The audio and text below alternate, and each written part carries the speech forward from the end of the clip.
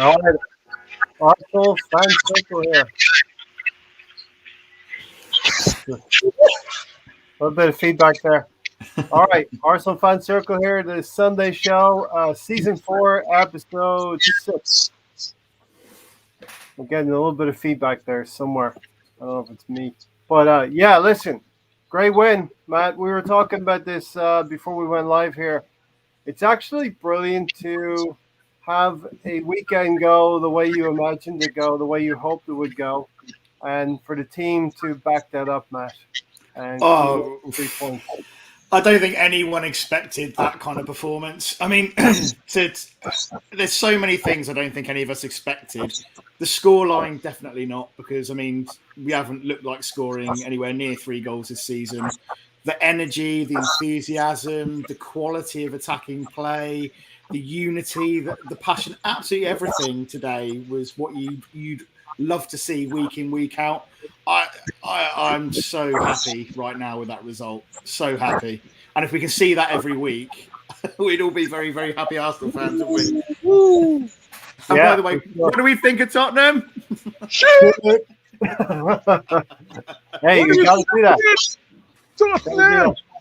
So, Mahir, like many Arsenal fans, you're getting some feedback from them. Like many Arsenal fans, Mahir, lost the first 3 games, but then we wanted to look at the next 3. Norwich and Burnley, 1-0 wins. We rode our luck a little bit, but today it was conclusive, and we wanted to get these 3 wins in a row to get us back on an even keel, pretty much. Yeah, I mean, what really can I say? Really, I think we're all flabbergasted at the moment. We were not expecting that at all. The performance of most of the players were top notch. Yeah. I was chatting to Matt while Ray was away, and we were just like flabbergasted, man. Like right back doing right back things. When last did we see that? When last did we see a performance? When last did we see our players all absolutely running themselves to the ground with blood in their boots the whole entire 90 minutes? Mwah. Yeah. Matt, as Mahir Gunda News alluded to, you'd be hard-pressed to find a player who didn't play well for us today, all 11 of them. Yeah, I thought from back to front we were immense from the minute kickoff. First minute, I think Ben White came out, sliding tackle, set the tone. Yeah. Tommy Asu was dominating in the air, won every duel that he had going against him. It was just from the very first minute all the way through to the final whistle. We were first to every ball. We wanted that win more, and we dominated everywhere. And you could just see the passion and energy across the pitch. There was no lazy play today. Everybody was up for the fight. Everybody wanted to get forward and play good quality football. It was fantastic to see. It was really, really fantastic to see. Yeah, many of our notes will cross over and coincide. Partly, we had the same notes, obviously, because in the 6th minute, at the beginning, I said a couple of good tackles from White and Saka sets the tone, exactly what you said, Matt. We were not conferring here. We were not comparing No. notes. But I want to say right at the end, through the 79th minute, I was writing, no sunshine for Tottenham, but then sun did pop up and score. And then no Kane to beat Arsenal with. So Kane didn't show up as well. So, yeah, and we're going to break down the Sun goal. I think it was a breakdown of, I think the players got distracted. They got off balance from the Partey tackle, which then went into Xhaka's knee, and Xhaka had to come off. So that's about the only sour note I think we can take from this performance is the injury update that we're going to expect from Granit Xhaka. Yeah, I mean, they didn't really have anything. We didn't really give them a sniff all game. Yeah, which is I didn't expect that at all. I thought they'd give us a little bit more trouble tonight than they did, but we, our back line performed fantastically well. Kane, Son had absolutely no threat, and you look at Gabriel in particular and Tomiyasu, for me, both of those, and obviously Tierney did a great job as well. I think White was caught positionally a couple of times, but again did a good job tonight. Just didn't give him a sniff. Yeah. As the assemble says here, all in all, Arteta is now a genius after one performance. Remember, it is only Spurs. Hopefully, it continues. And James, our resident Spurs supporter, so hard luck today, James. But yeah, nice of you to think of us while we're smiling here. So that's the Premier League. It's going to give you the good days, going to give you some bad days. Second night of uni, I'm meant to go clubbing tonight. Don't think I'm in the mood for some reason. Nice to see you guys smiling though, and everything in what do you call it? Small measures, even keel. Keep everything. I'm trying to get the nothing too extreme. I'm trying to get the terminology. But anyway, you know what I mean. Spit it out, Ray. Damn it. No, I'm tongue tied. Like Gary said in the pre-game show, he was saying we should be able to dominate Tottenham. I was thinking to myself, I didn't check him on it. I was thinking to myself, well, they're going to get their licks in too. But Matt, as you said, really, they didn't have much of the game today, and we dominated from start to finish. I think by the time we scored 3 goals, they didn't have a shot on goal or a shot on target. It's madness. I mean, apart from the worldy save from Ramsdale towards the end, that was probably the closest they came. Apart from the actual Son goal, that was probably their best chance, really, of the whole game. Like I say, they didn't really, apart from the odd peppered long shot, they had very little. Mm-hmm. I can't remember off the top of my head, really, any fantastic chance that they had. Yeah, and listen, we can go through my notes when we will do. Want to capture Tony's initial thoughts on the game. So you did the watch along with Gary, and Gary will probably be joining us a little bit later. What were your thoughts on the game, Tony? I thought defensively we played great, especially Tomiyasu, Gabriel, and Party out there. That's what I mainly liked about the game was our physicality. Then he put Niles on later on, adds more physicality. We got those players. I think we need to do that style of football more. Yeah, a little precursor there, Matt, to what Tony's going to pick in the Don Juan. He might have previewed 3 players there. He might pick one of those. Who knows? He might flip the script on me a little bit and change it up. But yeah, Matt, I'll tell you, Tony. Let's go to Tony. Tony, this reminded me of years ago. You remember a game against Manchester United when we came out of the blocks and torched them 3-0 within 30 minutes. We did the same thing today, Tony. Yeah, we torched them. What I didn't like, though, is we took off. We went away from a high press, went away from a counter-attacking football that got us the lead. I think we should have stuck with it the whole time. Like I said, I don't end up liking us with giving them 53% of the possession. We should be higher than that. Yeah. Matt, there's always going to be tests in football. Essentially, we passed the test in winning this game. Winning by the game was over in my mind by 34th minute when Saka scored that 3rd goal. There's always tests in football. So the next test you want to think is, can we pile on? Can we get a few more goals? But it's always going to be the footballer's mentality, I think, to get the lead. And, Tottenham are going to want to come back, and the Arsenal players are going to want to preserve them. We don't want to say this, but they're going to preserve themselves for the next game and the next game. Yeah, you could see that. Once we got the 3rd goal, I think once we come back from half time, you could kind of see the mentality. We did take the foot off the pedal. We kind of wrapped it up, made it a bit more difficult, and didn't really go. And that's understandable. You're 3-0 up. You've got other games to see, so you want to protect certain players. You don't need to go gung-ho when you're 3-0 up. Protect the players, protect the scoreline, and get on with it. But yeah, consistency. It's such a long season. This is a fantastic result, and we're all massively happy. But obviously, the key thing now is consistency, and we want to see that kind of energy, that kind of performance in the next 20, 30 games. Exactly. That's what we want to see. So yeah, now that's it.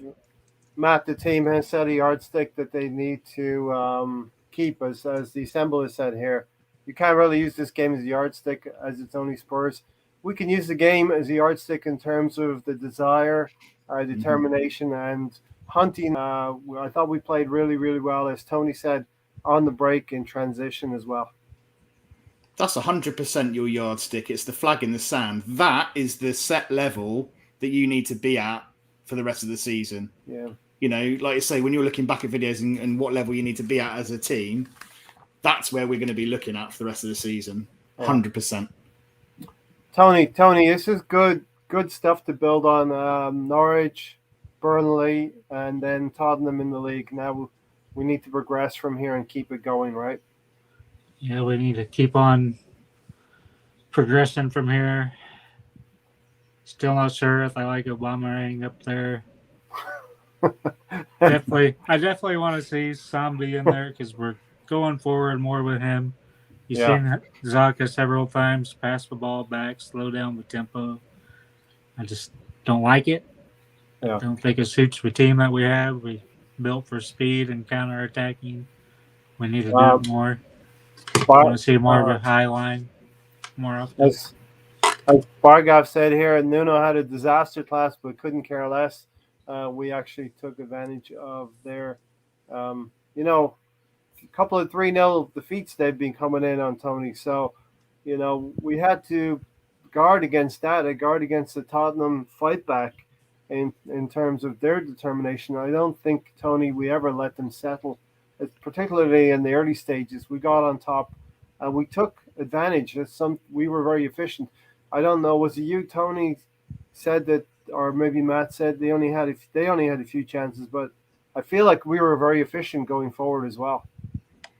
Yeah, I think I ended up having 4 shots on goal, but none of them were that threatening except for the save by Ramsdale and the one that Son scored. Yeah, I think they had a shot in the first half near the near post, which didn't really go anywhere. I think that might have been Son. Yeah. But apart from that, not really much at all. I can't get over the level of, and I mean, I've not seen an Arsenal team go at an opposition like that for so long. Just the amount of energy, winning every ball, getting there first. I'm in shock. Genuine, honestly, I'm in shock. I'm in shock. I'm loving it, but I've not seen us do that. That's what I've been asking for a year and a half. This style of play for 90 minutes, and we finally fucking did it. Yay. Like Gunnar Len said, that first half performance, and this reminded me, like I said, that Manchester United performance a few years ago when we torched them 3-0. That was back when Walcott was playing.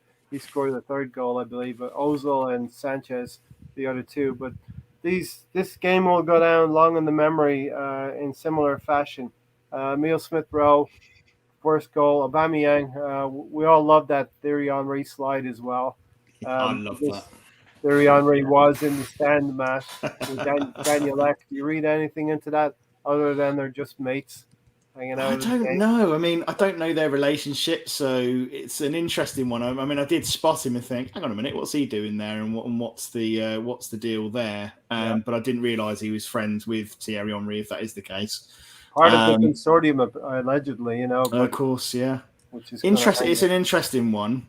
I'm probably not going to try and read too much into it at this point, but yeah, it's an interesting one that he was there. But yeah, the Aubameyang celebration, you got to love it, haven't you? And I'm sure Thierry Henry absolutely enjoyed that as well. Yeah.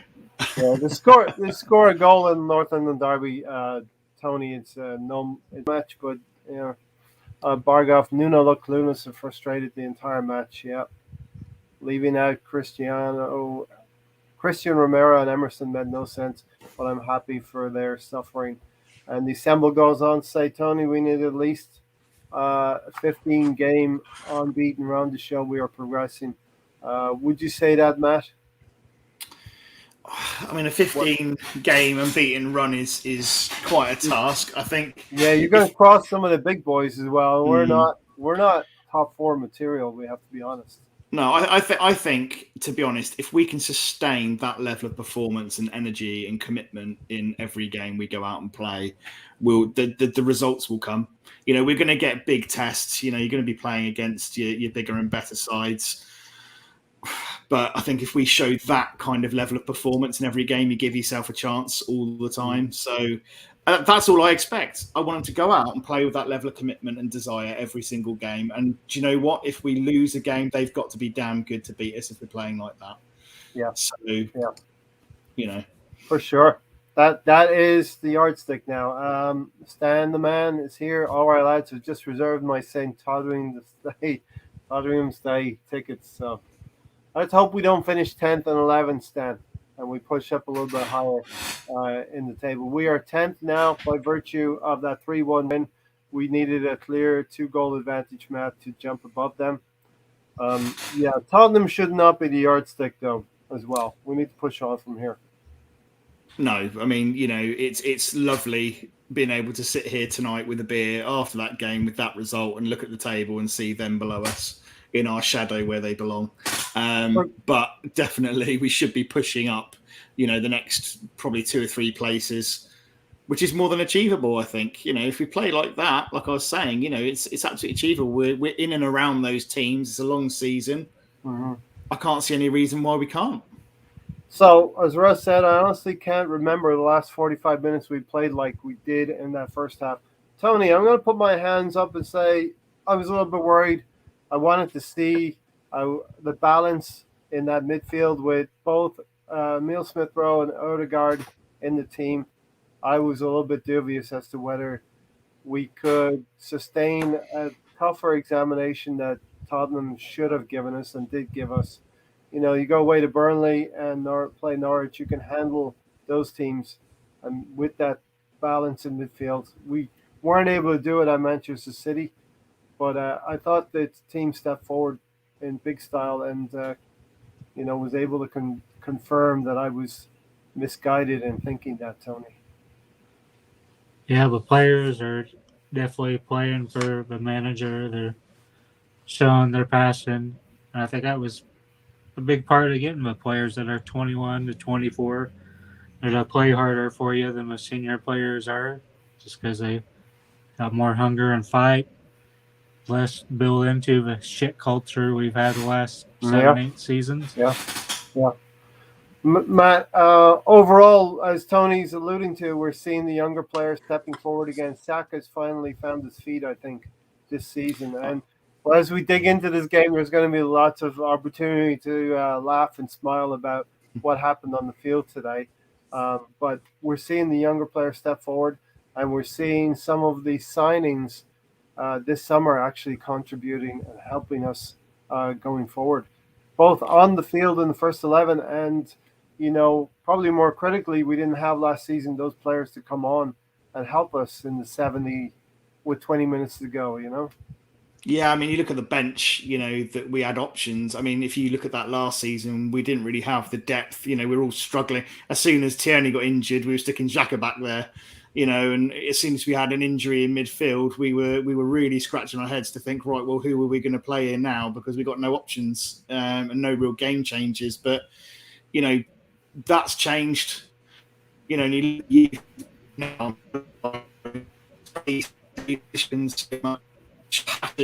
from every time he made a save, straight up on his feet, fist pumping, patting Tommy Asu on the back, or the Odegaard. I mean, I don't know where he's got his fitness from, but his work rate is phenomenal. He leads by example. Emile Smith-Rowe, very much the same. Saka, star boy. What more can you say about Saka? He's definitely hitting his form, isn't he?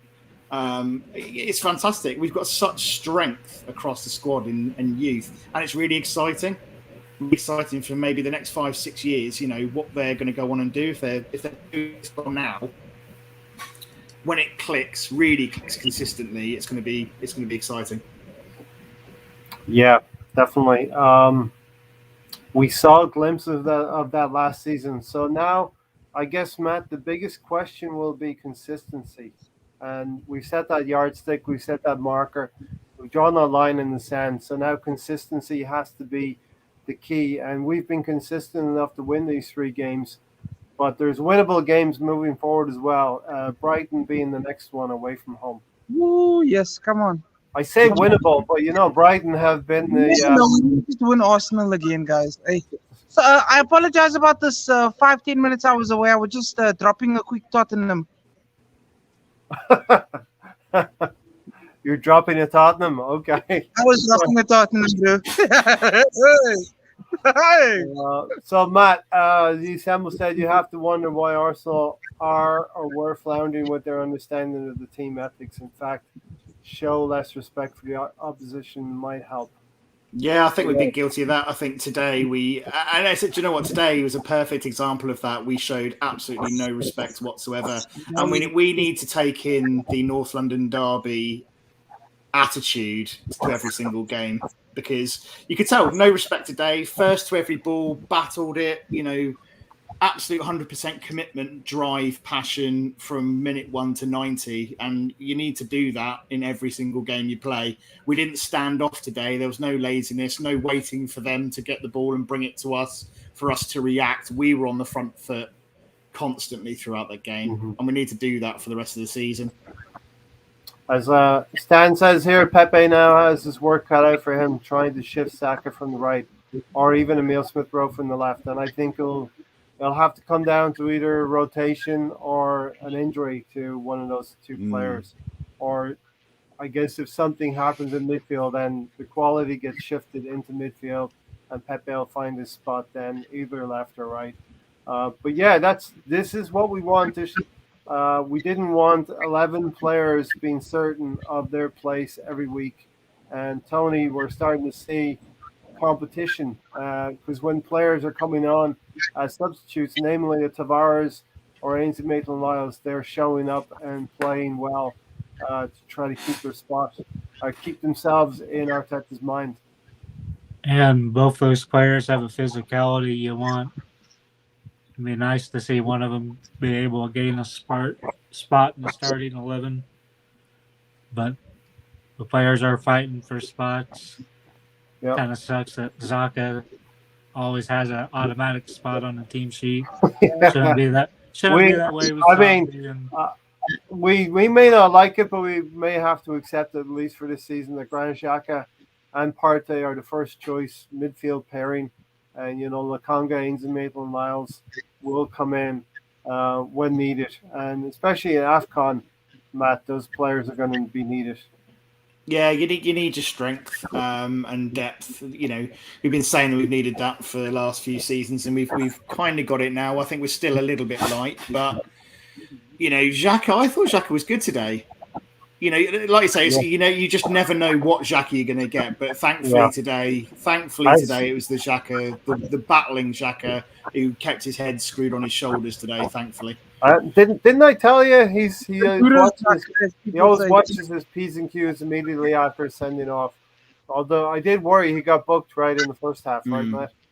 Yeah, it's a bit worrying. I think, I don't know, it was a bit of a strange tackle in the first half. He kind of went in the Cristiano Ronaldo like that, 2-footed, and almost stopped himself from sliding in. I don't know if anyone else noticed that. It was almost like he was going to go in 2-footed and then decided to pull out and stop himself. But the officials never seem to take common sense into order when they do these things. But anyway, go ahead. No, I was just going to say with Xhaka, it's difficult because he is a physical player, and I can kind of see the reasons for why we played him today. Because you needed a bit of bite in that sense, or central midfield. You need to dominate, and he's a good player for that. He's quite physical, and he doesn't take any nonsense. But with that, you get the yellows and the red cards. So it was a risky strategy, but it paid off. And he gets a little bit of previous from the referees in that respect as well. Mahir, the Sample asked, do you think Arsenal will invest in the January window? I think traditionally we have not really done that too much. So what do you think, Mahir?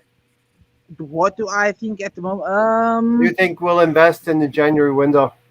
A player in or out? We might do some business going out.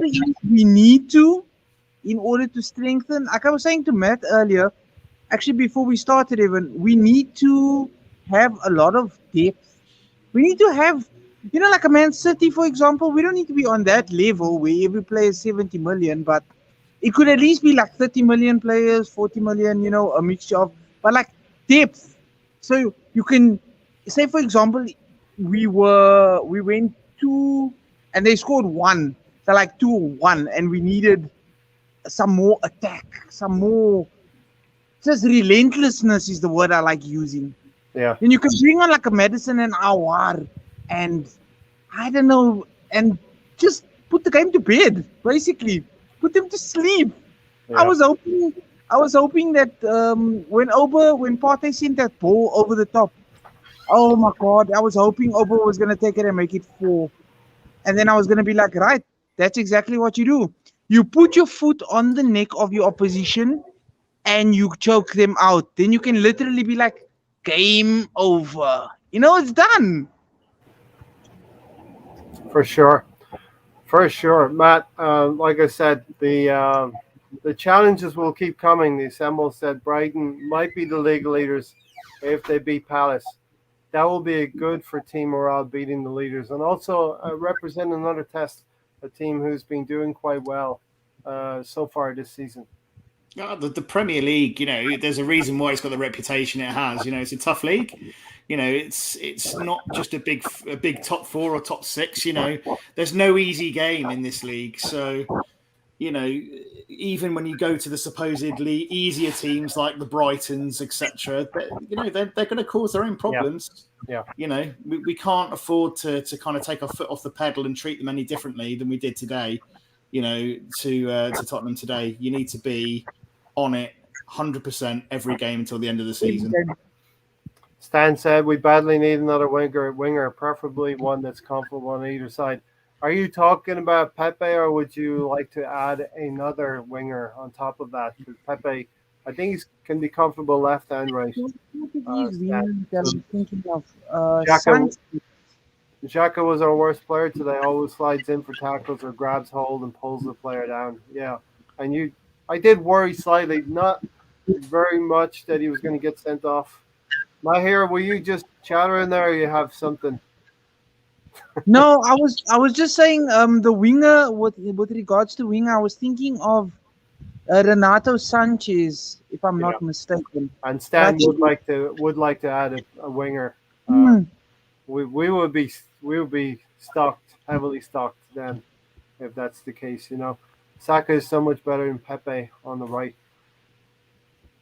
So it's party time today. Always, especially when we beat that lot. Especially, see, there's hands being risen. Matt's already got his hands in the air. Tony, I know he's ready. I'm just ready to hand Tony a bit of inner jade. Something that. So I titled this, football is a simple game at the end of the day, Matt. You pass the ball, you receive the ball, and it looks very simple once it's done well. And we did that today really, really well. Yes, everyone seemed to click today, and I think it's quite promising. If this is what we can play like when everyone's clicked, it's quite exciting. I think it's quite promising. These signings. This is probably the second or third game where we've had everyone fit, everyone playing together. Arteta's had a full team to choose from. And if this is the standard of football that we can produce with those players, then I'm quite happy with that. I'm quite positive. There'll be bumps in the road, of course, but if we can play like that, then it's bright, I think. For sure. Rudy said the build-up to the second goal was the moment of the match. Could have been so different if Xhaka got that wrong. So, that's your worry. That is your worry always with Xhaka. That is one mistake away from that. Like, there's one mistake away of it being like, oh my god. What did I tell you about Xhaka? I told you a shit. Yeah, it could have been a little bit different. It could have been a little different. So let's get into the preview of the game. As you said, Matt, we set the tone. The tempo was really good. 6th minute, Emile Smith-Rowe plays in Kieran Tierney. Kieran Tierney's cross to Aubameyang. A shot is saved, but it was a first-time shot, similar to what we're going to see later on in the game, a left-footed shot, and Lloris was able to save that shot. Yeah, it was a bright start. You know, it was nice to kind of see Aubameyang get on the end of a ball and actually get a shot in. You know, he wasn't, because I know we were concerned before the game that he was going to be quite kind of on his own, stranded, not really see much of the ball today. But it kind of gave you that hope that actually he might see some of the ball and he might get a few shots off and actually get a goal in. So he obviously had his eye in. He had his fresh trim and his haircut, and he was ready to go today. He was ready. He was ready today. Aubameyang. He would go on to show us what he could do. Tony. Then he's keyboard warrior today. In the 10th minute, we saw our playing out from the back was working quite well. Ramsdale, Tottenham had a very high press on us, but Ramsdale played it out to our right back Tomiyasu. He played it down the wing to Saka. We were able to beat the press and get out of there. So also good signs moving forward, Tony. Yeah, I liked his long balls better than the short balls. We about screwed up when we got the goal there. He passed it to the left side, almost got stripped, but we ended up running down the field and getting a goal there. Mahir said somebody's talking to Adebayor. Is that the media? Nah, they were talking. Ian writing them in the studio were talking to Adebayor. Well, we all have mixed feelings about Adebayor, of course, you know. Well, of course. Did anyone see the Ian Wright reaction when he was sat next to Glenn Hoddle by any chance? That was hilarious. Yeah. So this is a win that will live long in the memory, and it's probably going to give Arteta some legs and some breathing room a little bit more now, Matt, moving forward into the season. I think rightfully so. I think, you know, I know him and Edu said, wait, be patient, wait until you've seen all of the team fit. Yeah. Let's see them play. We've done that. We've had them today, and they've shown today that this is what they're capable of. So, like I say, I think the proof is in the pudding, but, you know, you've got to do that for a sustained period of time. So he's definitely bought himself some time, for sure. But I think now, like you say, it's a consistency for the next, say, 10, 15 games. Yeah. I can't remember who said it, but we need to get, you know, a really good set of points on the board now and keep going, keep doing it. Mm-hmm. Mm-hmm. Yeah, especially now, games coming up to October where he's going to be judged, Tony. Arsenal have another winger in the under-23s who apparently can save us some money. Also, let's hope that Nelson's confidence is restored after he comes back. Arsenal could end up with a selection problem. So, good stuff moving forward, Tony. The first goal, Tony, 12th minute. Some people were talking about Granit Xhaka, and he's kind of key to releasing his flick, releases Odegaard in that number 10 position, Tony. Yeah, Odegaard was kind of responsible for both those first two goals. His performance would probably be underrated by some. I thought he's pivotal to the win. Yeah. No, Odegaard was definitely involved in a lot of what happened. I mean, all of our forward players were involved in a lot of what was happening today.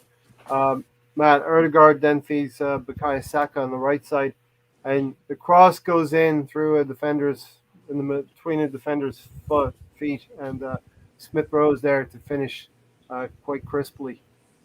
It's a lovely movement from Emil Smith Rowe. He seems to pop up in the right areas, doesn't he? You know, he interlinks well, he passes well, but he does read the game quite well and know where to be at the right time. So, yeah, it's almost like a bit of a fox in the box kind of goal, wasn't it? Yeah. Obviously, Saka did well. Saka did well to get the ball across. But this is what they do. You know, they interchange, they link up together well. They almost tend to know where each other are. You know, and that's a sign of good things to come. Tony, midweek we talked about Bukayo Saka and Emil Smith Rowe participating in a cup game. Are we seeing the benefits today of those players playing? Emil Smith Rowe grabbed the goal, would have increased his confidence, or you think like these things would come? I would have still rested both players because both of them look like they're struggling for fitness. Saka played through the Euros and just looked tired. Smith Rowe just looked tired. Also, I would have rested him. But Maybe I it helped know his you were saying confidence. that on the watch along. Is that just Emil Smith Rowe's cadence or the way he carries himself on the field? He just looks like he's tired a lot. He's got the socks rolled down around the ankles. Is that just the way he sort of Nah, carries he just himself on the to me he field? always looks knackered after 60 minutes. He always looks tired. Yeah. If there was anyone that should have been knackered today, I tell you what, Odegaard, like the amount of running he did today, he covered some ground. Boy, oh boy, wow, he's got an engine on him. Yeah, unbelievable. Yeah. So my notes say here selection of Odegaard and Emil Smith Rowe together was vindicated by Mikel Arteta's team sheet by what happened on the field. By all means, prove me wrong. I was saying shoehorning. By all means, I love being proved wrong. Guys, the energy is real. Prove me wrong every single game. I love it. Absolutely love it. Yeah, I mean, you're right. You were saying shoehorn. I was saying I have doubts about the balance here against a midfield that is supposedly hardworking. We have to take it that the Tottenham players can play. Their mentality might not be there, so we want to give our team the credit where it's due as well. The Assemble says everything is looking positive. Let's see what develops over the next 3 to 5 games. Yeah, I mean, it just goes to the next game. I mean, you have to have that mentality, Matt, that we've won 3 now. We also with the cup game, and we have to take that into the next game. It's the last game before an international break comes, so we got to keep our concentration. I think that's where the leadership in the group comes in, doesn't it? You know, those people going, well, okay, we'll celebrate tonight, you know, we'll party and whatever else, but we've got games coming up. Let's take the next one and treat it exactly like the same. Every game's cup final and a North London derby. Let's crack on and concentrate and come back to ground and come back to earth and work hard again. But hopefully, you know, the Odegaards and all of that will do that. I've looked at what West Ham have done, Mash, in the last year, and they've sort of taken on the mantle of what we used to do in the last 3 or 4 years. You know, they got themselves into a position where they can qualify for the Europa League, so they have to learn how to navigate this season, and West Ham need to do that. But similarly, we have to navigate how West Ham performed last season. They didn't have Europe last season, so we have to perfect that dynamic of playing once every 7 days. Yeah, I think that can only be a good thing at the moment. Like I say, I think, you know, having that extra breathing space is a good thing. You know, I think with the project, as you call it, you know, I think we're obviously going to be aiming towards getting those European places. So that's the next objective, isn't it, really, to qualify for Europe and get back into European football. So they'll certainly have an eye on that, especially if we're going to continue playing like we did tonight over the rest of the season. That's achievable, I think. But let's see. You know, it's not unachievable, but we certainly have to aim for it. Yeah, it's not unachievable. Tony, how do you see it going so far? You know, the league is a marathon and it's 38 games. We didn't perform well in the first 3. We performed really well in the second set of 3. So 32 more challenges to go like this. But it's really something that the team needs to take advantage of, that extra rest, as the other teams we're going to be up against will be playing in Europe and having those challenges that we don't have. Yeah, we should have picked up points in the first one. Next 2 were losses, which we kind of expected. Yeah. Should have played better in those games. Didn't like excuses I was hearing. And then we beat 3 teams we should have beat. Spurs have been awful the last 3 or 4 games. Started off good against City, then after that they fell down the well and don't know what the hell happened to them. Nuno looked frustrated and mad from the kickoff almost. And to me, we got to win the next 5 games before we play Liverpool. Yeah. That'd be 8 in a row. I don't think we can go beyond winning 10 in a row with this team. Be nice if we Gee! could, but it'd be We'll nice take to it. see us win 8 in a row and then see what we do against Liverpool. We'll take it. We'll take it. Mahir, again, as Tony said, great stuff, Tony. We have to continue in this vein. We have to take on these challenges and start winning these games. I'm going to throw up the next 4 games. So we'll take it in little blocks here. How we've beaten Tottenham, and as Tony said, what we have to do is win the games we're expected to win, Mahir. Yeah, I'm seeing Brighton. That should be okay. Check mark on Palace. Check mark on Villa. Really, like if we're pushing for levels here, let's go on and push. Because the game against Leicester might be challenging. Villa might just try and surprise us. But like Matt and like Tony said, if we are able to keep our consistency, if we're able to maintain our players' healths, I'm confident we will be Brighton now. This team is starting to gel nicely. There we go. That's all you need to do. You need to maintain your level. So as a player, it's pride. And you just want to win. You want to be able to achieve something big one day. I don't know when that day will be. And also for the manager, man management. So manage your players well, like you guys have said, like we've discussed. Some of the players look like they're burnt out and deserve a rest for a little bit. So yeah, man, man management and keeping consistency. Yeah, as Gunnar Glenn says here, Gunnar Glenn, thanks for joining. I'm confident we'll beat Brighton now. This team is starting to gel nicely. And actually, as I look at the fixtures, check out tomorrow's game if you have a chance, because Brighton are playing Palace, and lo and behold, they are our 2 next opponents. So my upset pick. Whoa. And I wouldn't be surprised if we didn't see Mikel Arteta should be there. He should be at that game, checking out on our two next opponents. I hear, so interesting. Brighton, Palace, and those are 2 games. If you're looking at these 4, we need to knock off those 2 at first, and then Villa and Leicester will take care of themselves. Looking a little bit ahead of ourselves, Matt, but we can do that. We're excited. Yeah, there's no reason why we can't win 3 or even all of those games, 3 or 4 of those games. Yeah. Leicester we tend to do actually okay against. Brighton are beatable, Palace are beatable, Villa are beatable. These are the kinds of games that we need to be winning. I don't see there's any reason why we shouldn't. Whether we do that or not, I think we'll probably, in reality, win 2, maybe 3 of those, and maybe get a draw. Yeah. 2 wins and a draw. If we were to stay unbeaten through those 4 games, that would be a pretty good haul of points. That would be amazing. Yeah.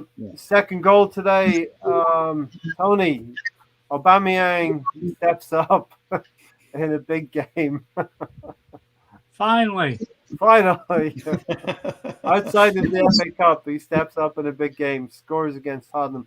Yes, in fairness, scored against Tottenham before. I remember the 4-2 win a few years ago under Unai Emery. So this is another derby game that will live long in the memory for us. Yeah, it's nice to see him kick out a long goal, even though he missed that one. But one he scored, sat there, copied Henry's slide. Did you see the look on his face? Nice to see the celebration. What, Mayor? I said, did you see the look on his face when he scored? Well, he was reenacting. He was reenacting the statue. Statue pose. That's so sick, eh? He was up for it today. He was up for it. He was up for it. Yeah. I don't know. Did you see it early doors? In about 4 minutes, I've got it down as he was closing down Sanchez down the left and gave him a nice cheeky little shove. Yeah. I'm surprised that one wasn't a foul. Really. Orba doesn't get physical. He's not a physical player, so to see him, he was up for that today. Yeah, he contrasts, as we say in school, Matt. Contrast and compare Aubameyang's performance today versus Burnley away from home. Where he seemed a little bit lost, a little bit disjointed. You can see it because when you're full of confidence, and Aubameyang is a confidence player, but for his goal, the link up with Emil Smith Rowe was excellent. It was just the little flick to Emil Smith Rowe to then run on to that isn't something he would do when his head's dropped. He either wouldn't be there, or he'd lose the ball, or we'd end up facing back the other way again. But he just had that confidence to flick the ball round. It's a little fancy tricks. Gary's joined us. Hey, here he is. Yeah. Hello. Gary's Hey, Gary. family call. Yeah. I've been working the circuit today. Been all over. Pre-game, in-game, family, post-game. Post-game. So, Gary, today's a good day, Gary. Today is a really good day. New life, man. Yeah, I like this. I think we all enjoyed this. That was a good match. It gave us everything, right? So I don't know how much you've been watching or listening to. If none at all, I can bring you up to speed. But basically, this is the level. This is the consistency that we now need to hit most every game with desire and commitment. if this is Arteta ball, then I like it, and I want it no matter. It doesn't matter who's on the pitch. So, right, I mean, many of us didn't necessarily like the lineup, but if this is the kind of style that he wants to play, we should expect it every time, right? We've got the depth now. So if this is what Arteta wants to get out of his team, then we expect it every time, right? So I enjoyed it. I liked it. That back five. That's all I got to say. The back five. The famous five. Yes. I remember an old British show called The Famous Five. So. Is it Enid Blyton, wasn't it, Ray? Yeah, Enid Blyton. I remember those well, yeah. Yeah, me and Tony were going through the man of the match at halftime, and I was offensive, he was defensive, and then by the end of it, you're like, this is all on the defense, man. That back line did really well. Tomiyasu, I don't know if you got into that. He, machine. Yeah. Machine.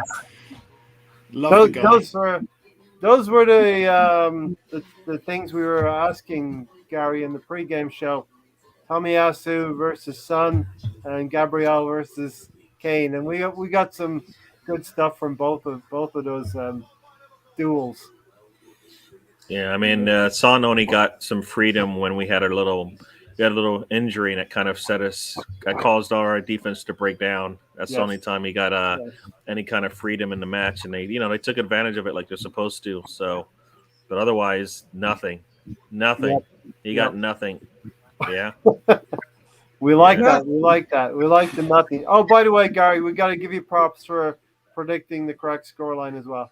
Yeah, I didn't know the goal. We didn't think the goal was going to go that way, right? But I thought Kane was going to be able to pull it out. But he was getting no love from anything. No love from the ball, from the official. I mean, we didn't give him any love on defense. He's Our in defense Gabriel's pocket all night long. I think we're going to have a separate Kane got nothing segment. You know what I mean? Yeah. I think we're going to have to review the game, Matt, in terms of how did Harry Kane do and what was Kane's day like. Not so good. Was he playing? Hey, we'll get into it, Matt. But I'm going to tell you, he had one assist on the day. I'm going to tell you, Matt. That's true. Yeah, Agent Kane. He did have a goal involvement. That's true. Thankfully, on the right end. On the right end, exactly. Yeah. So, Gary, since you're here, we're coming in on the 25th minute. Granit Xhaka takes the yellow card. What were your thoughts at that point in time? Yeah. and you know what? That's what he does. And you're like, wait a second. You're supposed to be, Russ. You know what? The top bunk's got to have. We have to do it. We're gonna have to do it. The show from the top bunk's got to come. But yeah, he does that. He's supposed to be cerebral. He's supposed to be a leader. He's supposed to know better because he's a senior player. But you watch that and you're like, what are you doing? You're so late. You're coming in, you're jumping in the air to land on the guy.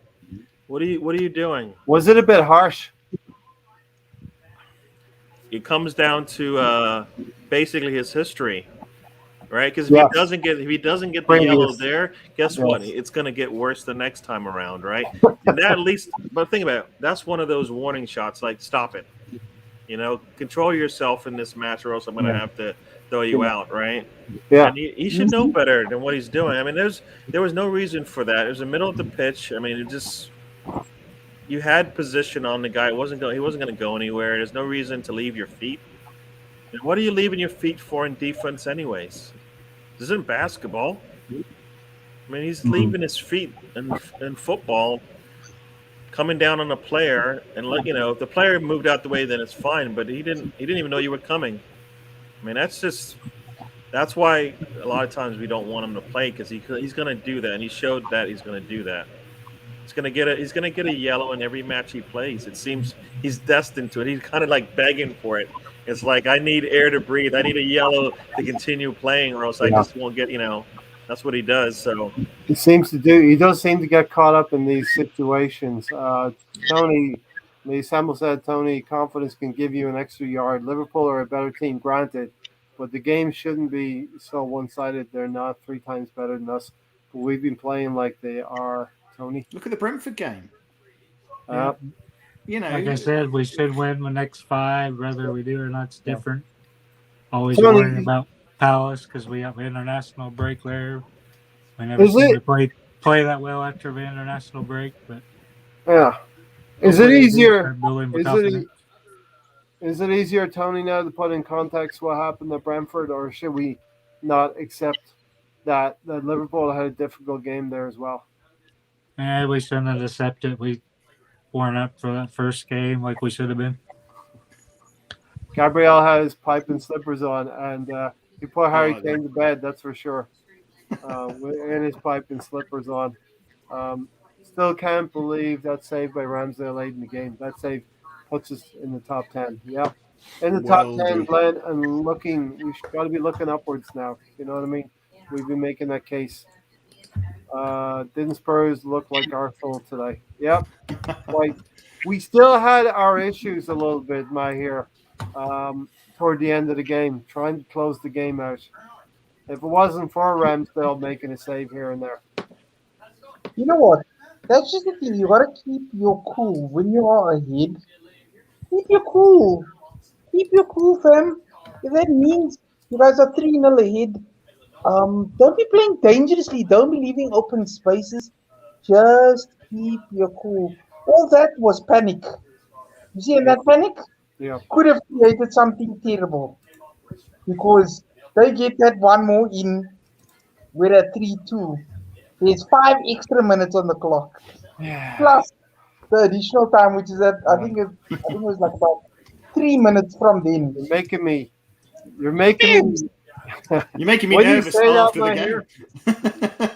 When you say that, Mahir, you're making me relive that Chelsea game, that December 26th Chelsea game, where we went 3-0 up, and then Chelsea got a goal back, and we looked very, very ropey right at the end. Now, we weren't as ropey today, but it looked quite. That's what I'm saying. Don't make us sweat buckets of anxiety here. I'm like, yo, hold this bucket. This stuff is just coming out of me, bro. But you know what? I must say, Ramsdale, who had very little to do today, to be able to pull that out of the bag that late in the game, phenomenal. Yeah. Phenomenal. And we'll talk that's about a sign of a quality keeper. Well, that's a sign of a quality keeper, isn't it? Very little to do, but when called upon to pull out a top draw save like that, phenomenal. I don't know, was better his save or his reaction after the save. Yeah, I love the passion he shows. That's what's growing on us all. He's passion. He's like even all like phenomenal saves, even like the small stuff and stuff. He's like, come on, man. I believe in you. You got even this. That, even when Harry Kane's day was getting worse and he missed that chance, could have been offside, but lifted it over Ramsdale and he misses. Ramsdale's not celebrating a save. He's celebrating the fact that the striker the marquee striker from Tottenham missed his chance. He's You know what I signing mean? his name. He's signing his autograph little by little on each of our hearts and proving Yeah. us wrong. Yeah. Which, like I said to Gary, I've said to Matt, Tony, I was basically saying these players you love because they prove you wrong. They prove you wrong. You can write them off, but somehow it's growing on our hearts, man. The things that they're doing and the amount of love that they have that they're playing for. How And beautiful. They're playing for the shirt, right? And that's what you want to see. You want to see players like that play for the shirt. And Ramsdale does it through and through every game. I got to put Pure my passion. I got to put my hand up and say when we were talking about getting Ramsdale, I was worried. You know, this is a goalkeeper who suffered 2 relegations. So yeah, we were worried. You know, No, we, you and Gary were just talking about Martinez. yeah, I did not. I didn't bring it up, and you did.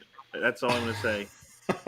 yeah. You There brought. you go. And you know the one thing I do like about Ramsdale and the ball when a cross comes in, you know if he can get to it, he'll get to it. Yeah, Or you know at least that they're not going to get a clean look at it. And that's what I think we saw today. Even when they got to the headers, they weren't in a good position and their headers were off. Otherwise, Yeah. he got it, right? He got the Yeah. ball every time. And I like to say that's all, that back five communicating and Ramsdale actually being a threat in the air anytime the ball comes in there. I mean, that's what we want. We want to see more of that. And, this is only the second time we've seen this back five. So it should only get better. Right, they're all young. They're all not going anywhere. If we want to keep them for the next 5 to 8 years, it should be easy to do that. So it'd be nice to see every game, every day that they play look just like that, and just get better and better and better. I mean, talk about headers, and I mean, I don't think White had to take a header away from anybody, but his clearances with the headers were really nice every time they came in. He cleared it away. I enjoyed that. Tomiyasu in the air once again. Yes, like you said, Gabriel said, "Kane, not today, not today." Tierney doing what he does. I mean the five. Yeah, we got that five settled. We got that. Do you know what settled. I really liked, Gary, today from Tomiyasu was, yes, he was fantastic in the air. Yes, he was great going forwards, but his positional play and reading of the game was immense. There were so many times where he'd noticed White was out of position or he was going to get caught out. He dropped in the little pocket, covered him, made the challenge and swept up really nicely. He just reads it so well. Saved us a couple of times. Yeah, definitely a eraser, like you said, goes in there, erases any mistakes or any attacks that may come to fruition. They never do. He just cleans it up, like you said, mops it up, and then we move on back down the other side of the pitch. I think Matt and Gary, everyone else, I think that he likes the art of defending. He likes to defend, and he takes pride in it. We need defenders like that. Am I here? Yeah. Now, I just wanted to say, Gary, I was saying to Matt earlier, how beautiful is it to see a right back doing a right back things, my G? That is crazy, right? You put a player in there who knows what to do, and he does it time and time again. I mean, every time the ball came to that side of the pitch, you're just like, no, it's not going to work this time. You can try. They put in different players. It didn't work, right? They put in a little smaller player. No, didn't work either. So no matter what they tried, Son gets out there. I think Brian got out there. It's like, no, it's just not today. I got an answer for all of your questions. You keep posing questions to me, and I keep saying no. That's not going to work. That's not going to work. Watch along because you kept saying Tomiyasu all the time. Tomiyasu. Samuel's got a couple of comments here. A clean sheet would have been nice. Yeah, I felt we would concede a goal because you can't go so many. Ramsdale's not going to go forever without conceding the goal, so it had to happen eventually. Big law of averages kind of. And I think that goal comes because we don't get the goal earlier in the half when we were threatening them, when we needed to be threatening them and trying to put it away. It seemed like we had opportunities to go in there and maybe get that fourth goal. And we just didn't. And eventually we just, you lose that momentum, and then they started to pick up their momentum, and that's when they got their goal. But I think if we get the fourth goal, I don't think they score again. But we weathered that storm. and I'll take it. He'll take it. We started to panic because we took our foot off the gas instead of putting our foot on the accelerator. And Gary, I was saying earlier, we always want more, right? We always want to test the team more. And the second half test would have been pile on, get a few more goals. I left that comment on your watch along. Yeah. But I think it's natural, not human tendency to sit back, keep what you have, and not be adventurous. Yeah, I don't like that mental. I don't like that though, right? Because that's when you get complacent, and that's when you're up 2 or you're up 1, and then the match doesn't go your way. So, we needed to continue. We're gonna take little steps back when we reset and all of that, which you saw like every 5-10 minutes. It went from being attack, and then like we reset. They may get a little bit more possession, and then we continue. But it would have been nice if I think we could have used our subs a little bit earlier before, because the 3 players that came out are the 3 players that looked like they needed to come out, and there were warning signs that they needed to come out. Xhaka with the yellow, and then going down with a little bit of an injury, and then seeing Milsrif Rowe, same thing. He goes down. He's a little gimpy. I mean, I thought Tierney was going to be one of the guys coming out, but he kind of seemed to recover. Saka gets knocked down, and I think that's why they're the youngsters, right? Milsrif Rowe and Saka. I don't think we need to get 90 minutes out of them every match. I don't think that's where we are with them. No, we got Pepe on the sideline that needs minutes as well, right? Yeah, with their development, I think we don't have to get 90 out of them today. 2-3 years from 70 minutes, put the game away, and then take them off. That's the ideal situation. Yeah, that's ideal. But still, Matt, Arteta being Arteta will get criticized for even doing that. So it's an untenable position in some ways. He hasn't made the right decisions. I fully accept that last season, especially in the European semi-final. But yeah, listen, Matt, you can't be a defender in Italy if you can't defend, and Tomiyasu learned his trade there in Serie A. What a place. Yeah, I mean, I agree with that sentiment wholly. I think, if you're going to be buying a defender, an Italian one, or someone who's played their trade there is a good place to start looking or shopping.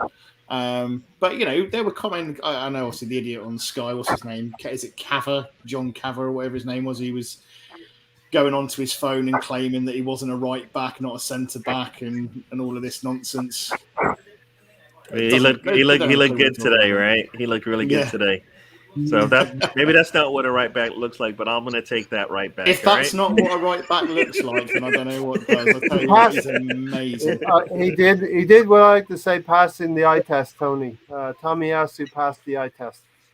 Yes, he definitely did that.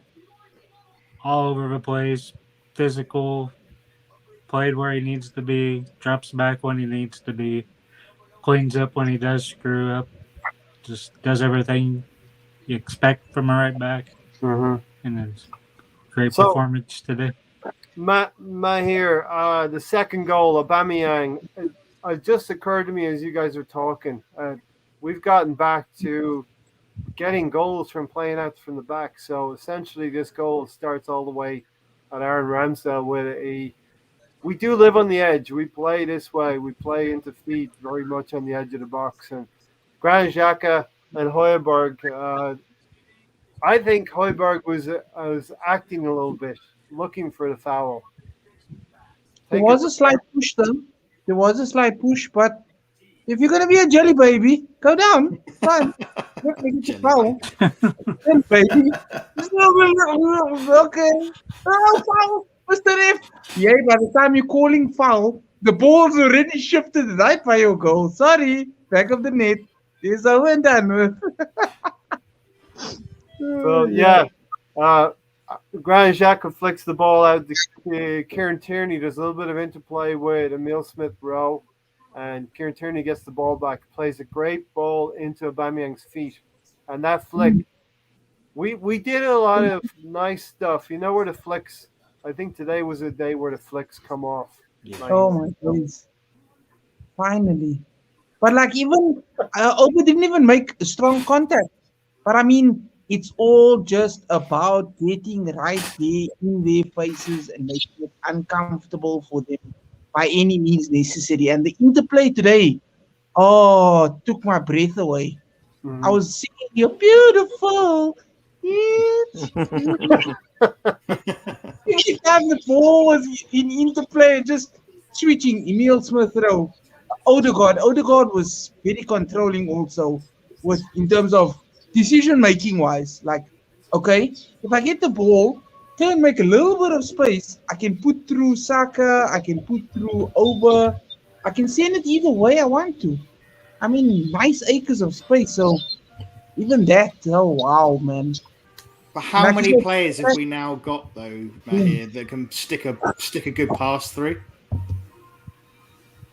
Uh, three to is that a three question? 3 to 4. No. I was just saying that like today, Partey stuck through an incredible long ball. Mhm. Tierney can stick a Yeah. pass through. Tomiyasu can clearly stick a pass through. Odegaard, Smith Rowe, Saka. Even Xhaka, can stick a decent ball through. Yeah. So there's creation. I don't think is an issue. Yeah, I mean, it's twofold. It's one, they're looking to make that pass, and two, the run's going as well because they know the pass is coming. I think when you get discouraged, then you see the pass going. You're like, where is the player? They're not there. I mean, every time the ball goes into the box, there were 3 and 4 players in the box. So if that ball gets passed, there's somebody there. I mean, and Aubameyang is right there in the middle, for all the goals. He's right there, and you're like, yes, that's what we want. I mean, I want him up there in the goal after he makes his passes. He's got to go and attack the goal, and that's how he gets the second goal, right? I mean, no, is that no? How did Aubameyang scored, right? Or do I not have that right? Yeah, he scored. He did. He scores, right? Yeah. So, and I think the ball is pulled back in the, probably, I don't know, a month ago. That same thing happens, and Emil Smith Rowe makes that pass back, and there's nobody there, and you're like, what's going on? Yeah. And Aubameyang is maybe jogging, or maybe takes off a little late, but he as soon as he made that pass, he just turned around and was gone right to the goal and was there perfectly, ready right? to receive it again.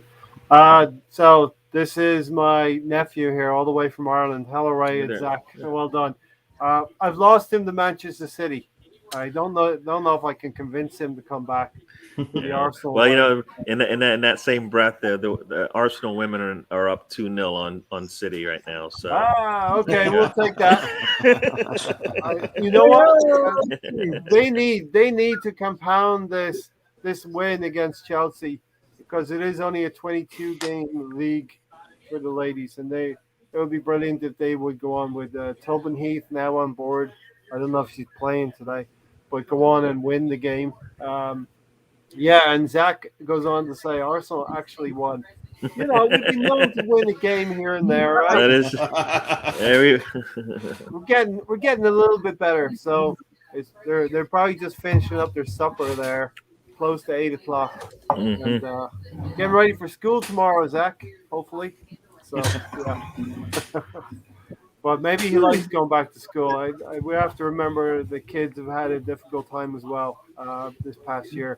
A lot like the adults, and they need to have that interaction with their peers as well. So, Tony, we talked about that flick from Aubameyang. He released it to Emil Smith Rowe. He takes it on pace. I thought Emil Smith Rowe did a kind of a shimmy like Newcastle last season, able to get the ball back to Aubameyang, and the first time shot. Nice finish. Yeah, that's where you want Uber to be, right there in the middle. I like more of a 4-3-3 than we did most of the match instead of a 4-2-3-1, which I hate that formation. But he was right there in the middle, took the ball and buried it in the back of the net. That's TV, my here. Are you the TV watcher? Matt's the guilty one. Matt's the guilty one, isn't he? It's not me. There's no TV on in here. I'll be lucky. I've got no wall space. Ray needs to get Zach an Arsenal shirt. Yeah, if only I could get him the shirt, Russ, but I don't know if he'd wear it. You know what I mean? Winning is a habit that breeds winners slowly but surely. I can live with that. Yeah, so Gary, great goal by Aubameyang, takes it first time. You know, it's a simple game. When goals go in like that, it looks so simple, but it's not that easy to make it look simple. Yeah, and he looked engaged the whole game, right? I mean, that's what we want from him, and we want him smiling. I think that one touch that he had a little bit earlier in the game, where he's like, "Damn it!" if he even was a bad touch, but it went behind the defender, he would have been on it.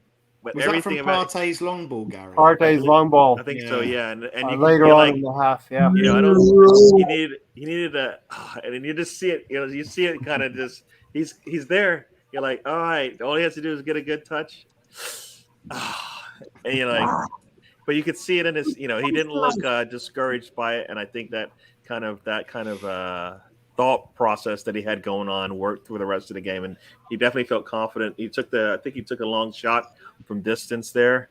I think earlier as well. So I think that's what we want. We want him happy and he's smiling, and like it's more. I just like to see him just attacking, and that's what we got from him today. He played 90 minutes, and he was basically putting pressure on them for the whole match. Right? You see him get kind of discouraged, and he loses his way, and you're like, "What's going on? What's this?" Yeah. No, but yeah. So I'll get my nephew an Arsenal potato sack. Yeah. Yeah. That's my heritage. So no, Aubameyang looked really good today, and that's what you're going to get from him in these types of games, right? We talked about, you know, pregame. What kind of game are we going to get, and what players do we need to play that style? And we kind of looked like we had a kind of in between. We can do both. We can hold on and we can attack.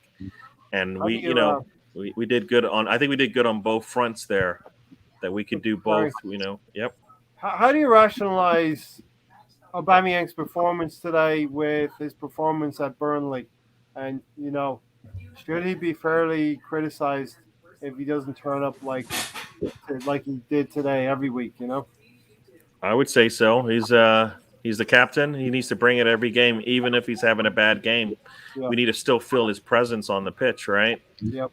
And so in the Burnley match, we needed him to come out and get out of whatever rut he was in and give us something to go, you know what? That's what a captain brings to the table. I mean, he's not going to be the vocal one. He's not going to be the rah-rah guy. He's not going to be the, the player that's going to drag the players with him, but he needs to bring us something special. And, he did that today with his effort. I think that's kind of the one thing that you can tell whether he's in or out of the game in terms of mentally.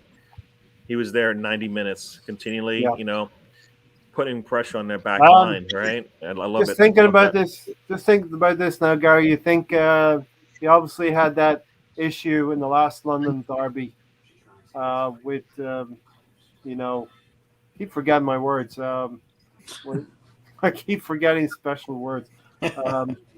Like his attitude towards meetings and all that stuff, Do you think you wanted to prove a point today? I've been wanting him to do that all season.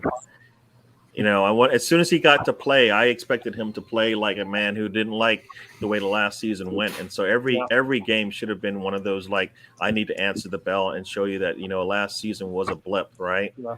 If we get this type of game from him, he's gonna have to sit some games because we're gonna have to rest him, and because we know we're gonna get this kind of Arteta. We're gonna get this kind of Aubameyang when he plays, right? So I think he played well, and this is what we want to get from him. So I've been asking him to answer that bell all season, anytime he played. Today he recovered from the he gave us a result, an answer for the last North London derby. Yeah, listen. I'm gonna remember. I'm gonna have to remember the safe word. Do you have it? It's Menudo, isn't it? Or it's a Menudo song, right? I don't know why I said that. I just thought I made a guess. Are you that making it might a be. reference to Ray's? I don't know what you're talking about. No, Tony, I don't know what you're talking about. That was supposed to have never made the light. Ray, I don't know what you're talking about. I just picked a name out of the hat, and that's what came. Sorry. Hey, listen, Ray's Silver Linings playbook. Old fair and love and war. We made you happiest about today. What made you happiest about today's performance, my here? Seeing everybody play for the badge and give their absolute everything for full 90 minutes. It was so beautiful. I started crying because I just remember everything good. I remember my cuz because my cuz was the first person to get me. He was the guy that got me into supporting this beautiful club. And he would have enjoyed the living shit out of the whole performance. Yeah. From Yasu, Yeah. Ramsdale, um, Jesus, everybody. Yeah. There was blood in their boots by the end of the game, man. Like you guys know me. Yeah. I just want to see them at their best. So even if you're gonna lose to a team, lose that we say, you know what? That's not even their team. I mean, that's not even their fault. It was the other team was just better, but we Yeah. gave out everything. That's what made me happiest. My God. I'm proud of Gary. He's actually starting to poke me back and pick on me a little bit. Safe Yeah. word is Arteta is good. Ooh, oh, you know what? You know what? The worst, say it, the worst Gary, safe, come on. the worst safe word. What you know what that would be, right? X is good, man. Imagine having to say that to get out of something. You're like, damn. I think I'm just gonna have to take it. I'm just gonna have to Choke me out. That's it.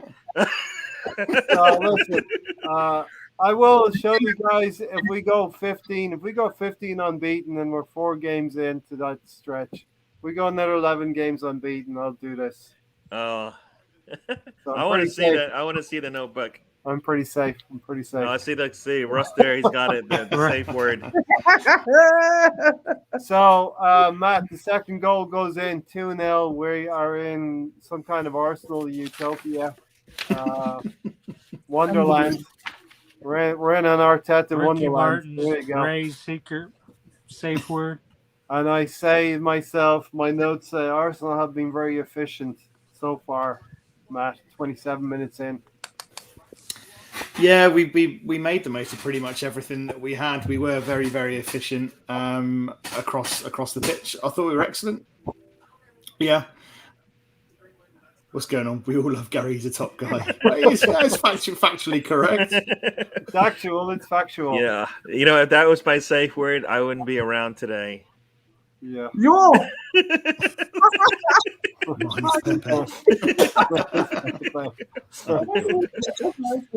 I'm just Tony's been usually quiet with this safe word conversation. So anyway, you know what? I don't know if we want to know that we don't. Ray, it's actually probably a good thing we don't know what Tony's safe word is. So Tony doesn't have a safe word. He's hardcore. There's no safe word. Safe word. Just keep on going. Do what you want. I was actually, there's always a moment in a podcast where it catches fire. I think it just caught fire. It's caught the flame, eh? Everything is fine. It just caught fire. Tony is a beast. There we go. I wrestle bears for fun. Why do you think I have a safe word? Tony is a beast. Yeah, exactly. And Gary, I don't think Gary wants to visit Melvin's dungeon. Nobody wants to visit Melvin's dungeon. No. I'm not. No way. No, because you know what? I'm not going to make it out. We don't want to install the safe word's never coming, so I'm going to be stuck there. And Tony, you know what? That might keep me away from England if I know that's a threat. Yeah, I might end up in the dungeon. I might have to stay over here. You can't I'll get come me from here, out, can you? Gary. Tony, will we ship Gary's piece of equipment over to England? No, for the dungeon. See, Ray, what you doing there, Ray? Gary, but you can rely on me to break you out of things because I break out of prisons like it's nothing. Don't even stress. I got you, my definitely bringing this Peloton with him. No, see, that's where we're going down a dark hole now. Yeah. That doesn't even sound good, does it? I didn't even I was going to say, right. don't mention dark holes, Gary. Oh man, this is Arsenal Fan Circle. This is not dark quite hole on your Peloton. When we created this channel, it's not quite what we intended it to be, but it is what it is. It has become what it is, and we love it. So it's all good that you're all part of this, and every podcast is organic. He's just caught fire right now, and Matt, Ray is hardcore. It's supposed to be a word, not a statement. Tony. So, Matt, uh, much like us catching fire on this podcast right now, Arsenal caught fire in the 34th minute, just when we dare to think 2-0 would be enough. Um, we go on ahead and we're celebrating Aubameyang's goal. 7 minutes later, Saka pops up. All of his own work, really. Yeah, did phenomenally well. Very determined. I thought he did excellently well. You know, it would have been quite easy to lose the ball in the box at that point, but he obviously showed a bit of determination, kept hold of the ball, and finished very nicely. I don't think that was as easy as he made it look, actually. So he did very, very well. I was literally just posting about the Aubameyang goal, and then he scored. Yeah, It's nuts. We were going wild. I was going wild. Like, and Ray, you know what? That is that's a blocked word from now on. Okay.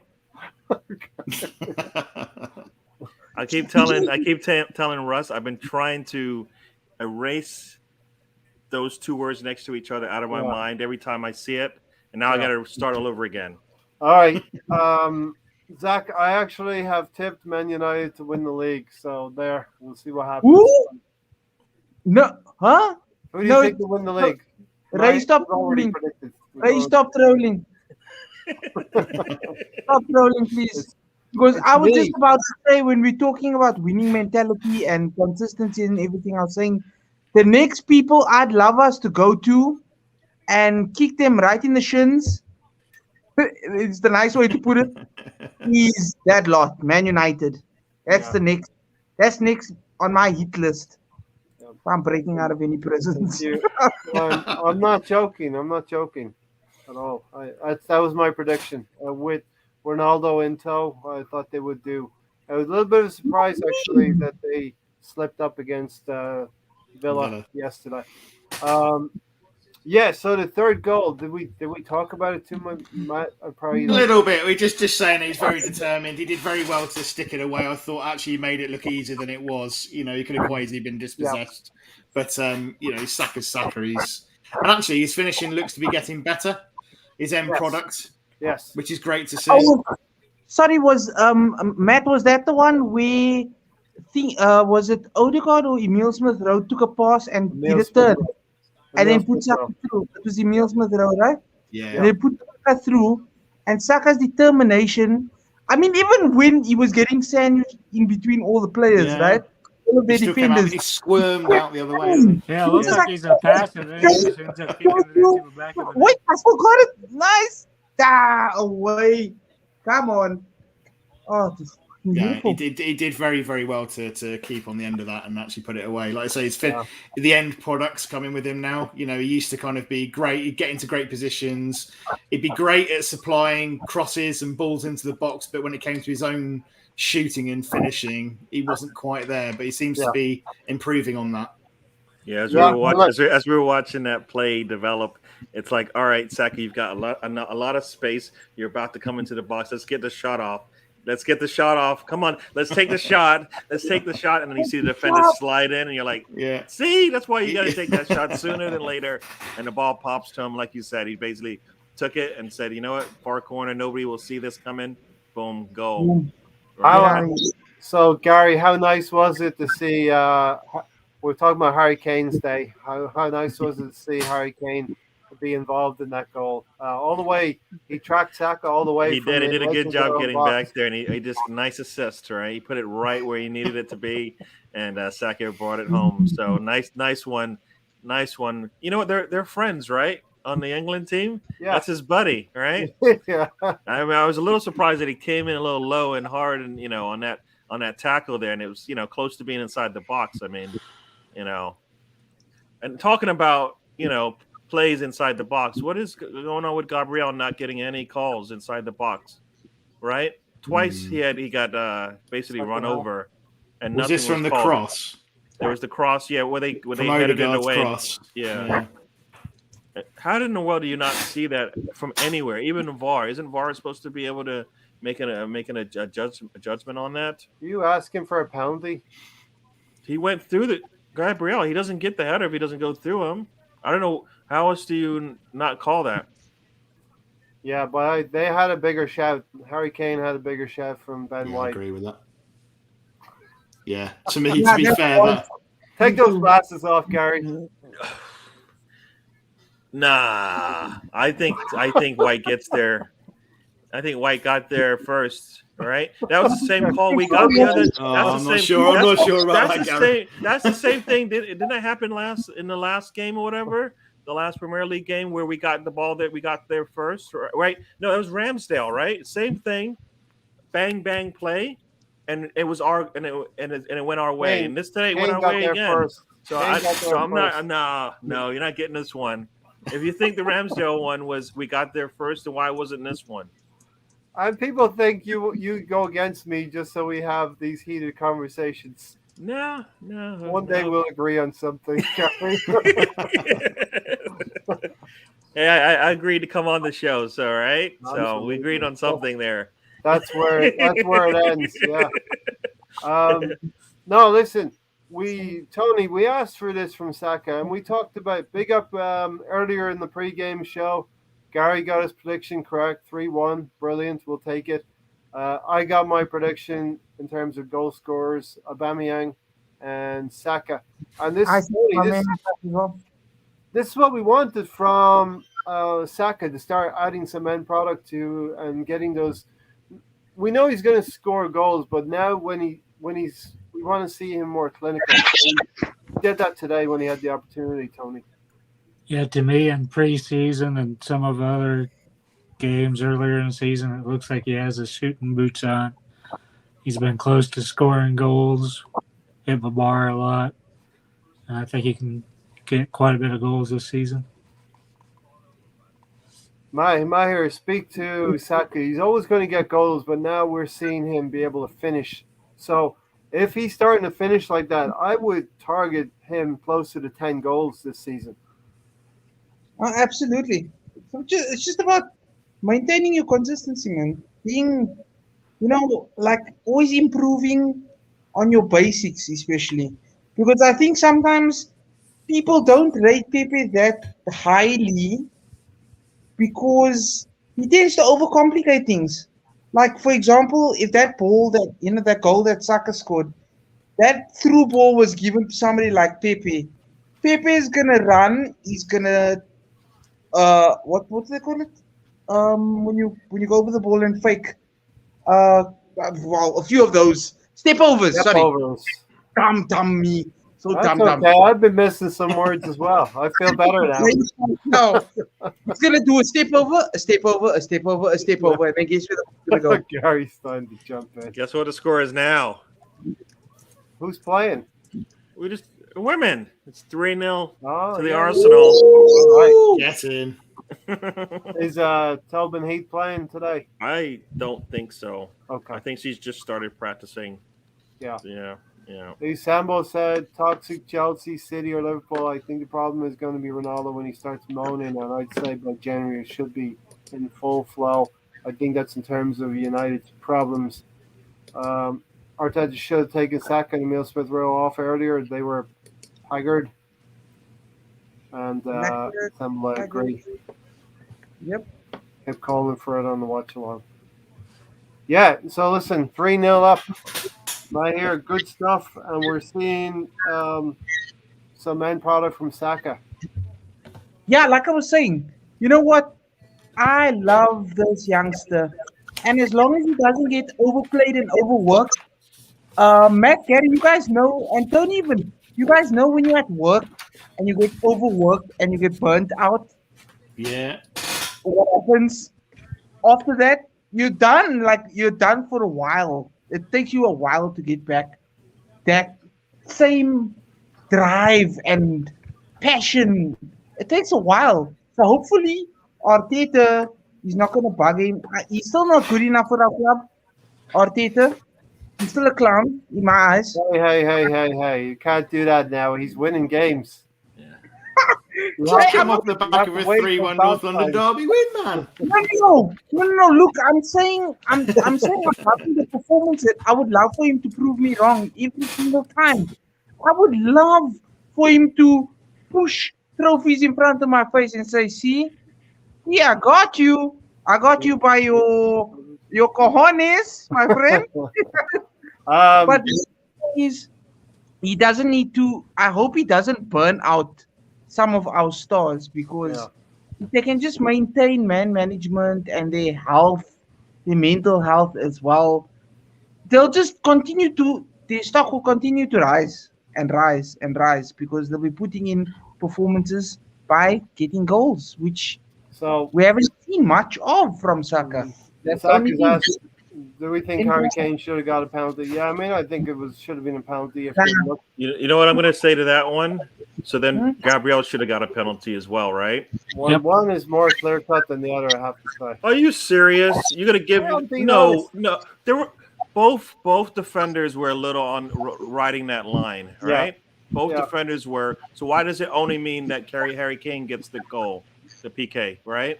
Why, you're not even a fan of his. Why are you giving him the benefit of the doubt that the defender was a little rash with it? Because Ray's like poking you, Gary. I'm being objective. No, that's not objective. That's just that, like you said. That's poking. Nah, you know what? It's a wash, right? Because I think it's a wash. I think Gabriel should have got the PK. For if the defender can go straight through him to clear a ball, then why can't White just get there before him? Maybe a little late. I will. If that's what you saw, I saw it totally differently. I think he gets there first, and Kane has to go through him, and that's where you see the contact. That's me.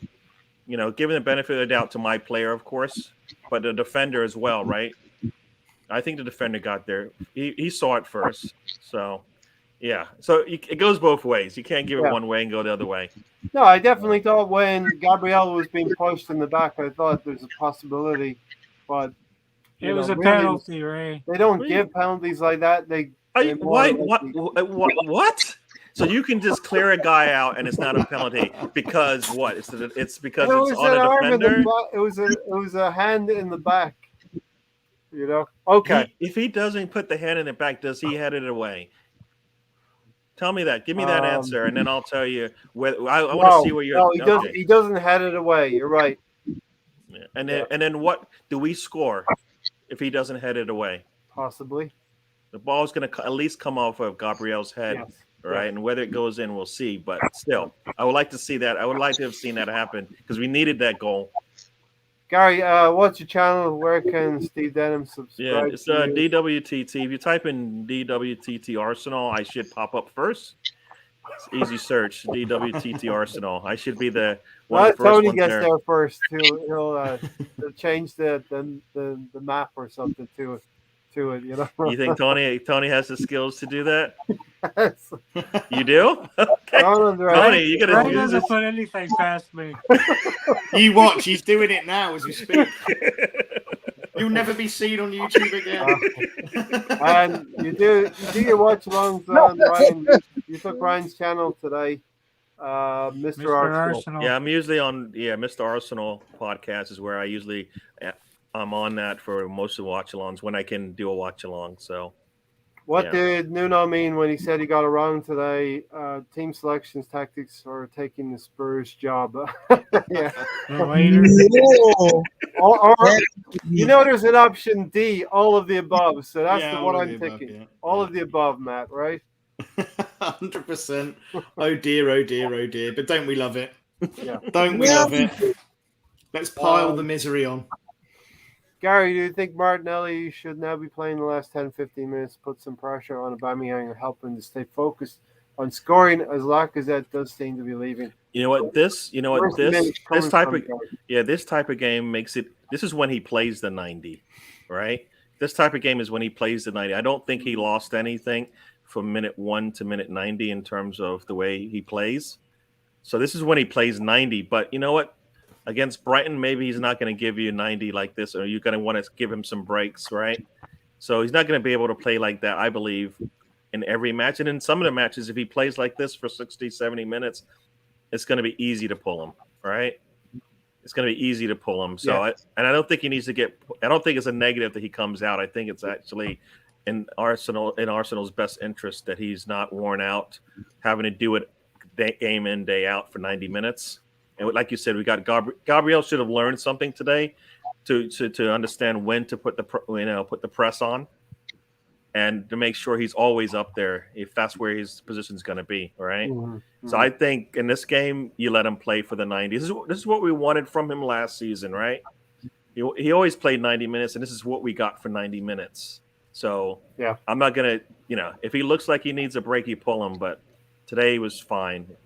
Saka had been the one Martinelli was coming on for. Maybe. So, but I think we were going defensive by then, right? Samuel says, DWTT, Harry Kane is England captain. He cannot do any wrong. Don't you remember Shearer kicked Lennon in the head, but the FA found the camera angle that proved he didn't? Because you can't see the kick at all. It was a camera of the other side of the pitch. Guess what? I don't see him kicking him in. Yeah. And this is how we breathe a sigh of relief. VAR. We've been on the good side of the VAR gods, Tony, so far. So far this season, they've helped us twice. Yeah. And hopefully we keep getting help from them. Long may it continue. Long may it continue. So, yeah, listen, Mayer, 66 minutes. Kane threatens, he has a shot saved and a shot wide. This is when Ramsdale celebrates. We love that energy, Mayer.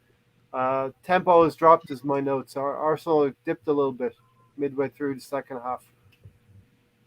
Yeah, that's when the uncertainty starts to kick in sometimes, and tiredness plays part as well. I just love the energy of Ramsdale. I'm sure we all do love the energy that he wants to be at Arsenal. He wants to be Arsenal's number one keeper, and I'm sorry to say, but Leno's gonna have a really hard time for the next few games, at least the next 4 or 5 games, to try and get in. And I hope Arsenal does the right thing and just keeps Ramsdale there for the chemistry, the all-in-all chemistry. Because once, like we've discussed, once a team gels properly, like you guys, we all just saw in this North London derby, and in this podcast, hey, you guys are in for a party with yours truly as DJ. Hey, it's nice to have a win. It's nice to have 3 wins in a row. If you're counting a cup one, it's 4 in a row. So let's keep it going. You guys are talking about Partey. I mean, he looked really good. His first shot was right on target, right? And then after that, he said, "You know what? I only got 1 shot a game." Because the next one, he looked like a regular Partey shot. But, the first shot looked really nice. I was thinking about Matt when that shot was taken, because he did say he wants to see Partey. And that roof's going to lift. When that goes in. Lift up temporarily. We all want to see it. We all want to see it. It will lift temporarily. He's a Rolls Royce of a player, though, isn't he? I mean, he just makes it look effortless. He mops up. I think I had it noted down somewhere. I think it was around the 40th minute. It was he's just everywhere. But you don't really notice it too much because he's just so effective. He does it effortlessly. When you watch it back, you do notice it. When you watch it back. All right, we're up in the air. We are having a great flight. And if you have a boarding pass, punch it by hitting that like button right now, or else enjoy the drinks and all that good stuff. It's happy hour up on the airways. Okay, so Gary, you're watching the watch along, and Arsenal are winning 3-0 at 66 minutes. This is what I was thinking. The Olays were coming into the crowd. I always get a little bit worried because I think there's another team in this contest, and they're going to get a little bit irritated by those Ole as well. Skip goes right into Partey, and we have a little bit of a slight worry about Partey then. Yeah, every time he goes down, I get worried. I mean, every time I get worried. But he got up each time. Didn't look like too bothered with it, and hopefully that's what it's gonna, it's gonna look like every time he goes down. It's just nothing, and that's where coming into this match, Partey wanting to play in that Wimbledon game basically gives me kind of some comfort that he's ready to play and he's got it. Mentally he's going to play, physically good to go, and he's only going to get better. And yeah, he's probably going to get taken down some You're getting more. trolled by your nephew. Yeah, yeah, he looked good, and you know what? Like you said, he had. It seemed like he disappeared from the game, but it was just because the game was flowing. But as soon as he got his foot on the ball, you could see always there's something good happen. I think I would say 2 out of every 3 times he touched the ball, something good happened. And if nothing good happened, it's because he went backwards or something like that to reset. But I mean, either it calmed down all of the noise that was going on in the game in terms of all the things, people flying everywhere, or it was a really nice pass upward, forwards for the attack. So yeah, that's what we want from Partey. Helps us in the middle. I mean, I think at one point in the game when we were watching it, we're like, you know what? We've only been talking about Partey today as far as the midfield pairing going, and it was, it was like, okay, that's pretty good. Enjoyed that. He, he's like you said, he will hopefully get a shot in soon. Yeah. If not, he controls the middle enough that it doesn't really matter. It's not. If we're gonna get a game like we got today, and he's not going to get a shot on, a shot or an assist, we'll take it because this is, we have another. Now we would say we have a back 6 now, right? If he's like doing that, a solid back 6, because he should start every match as well. So we're looking for the remaining 5. We probably have the numbers there for that, but still, if that's our back 6 going forward, I think we're looking good. We're looking really good it's there. definitely a great foundation to go forward from and attack from. Finishing up here, 73 minutes. Tony, Saka's shot is saved well. I think I have my notes here. It's been a game full of work rate and desire. Saka and Granit Xhaka cramping. This is a situation where we could have taken the players off, but we don't. The game continues, and we get punished a little bit because Granit Xhaka is a distraction, not in the worst sense, but it just happened when the team, I think, switched off for Son's goal. Yeah, he's down there on the ground, laying there. 4-0. 4-0. I believe it's a free kick. We just scored on a free kick. Nice. I mean, it's a nice feature where we are following. Oh, PK. Sorry. Yeah. The ladies as well, because they deserve the credit. They're flying the flag as well, So yeah, Tony, the Sun goal. Granit Xhaka gets ran into by an opponent that Partey is dealing with. Yeah, Granit's on the ground. They have advantage. You go down there and take care of it. Granit shouldn't have been on at that point. Neither should Saka. They should have both been off. Meyer's going to go, rather than him shoot off, I'm going to have him have the opportunity to say goodbye to everyone. Me. Instead of just shooting off. I love you guys. Love you. Appreciate you guys to the max. To all of our family here, all of our subscribers.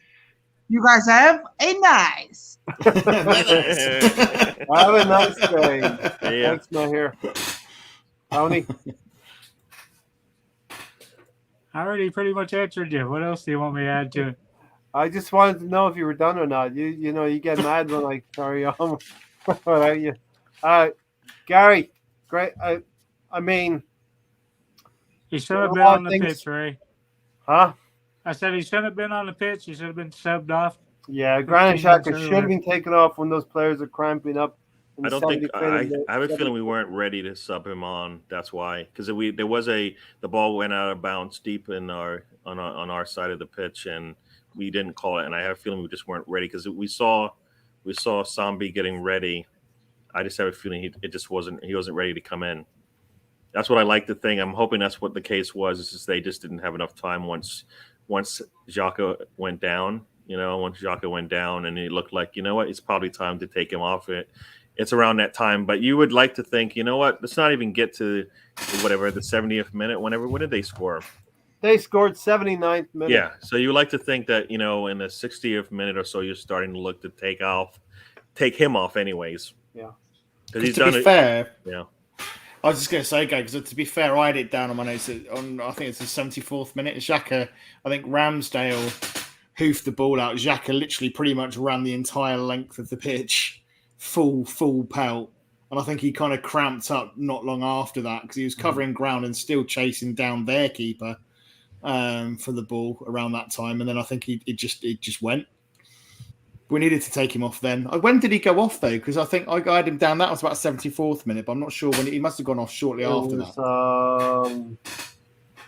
He went on 80 seconds.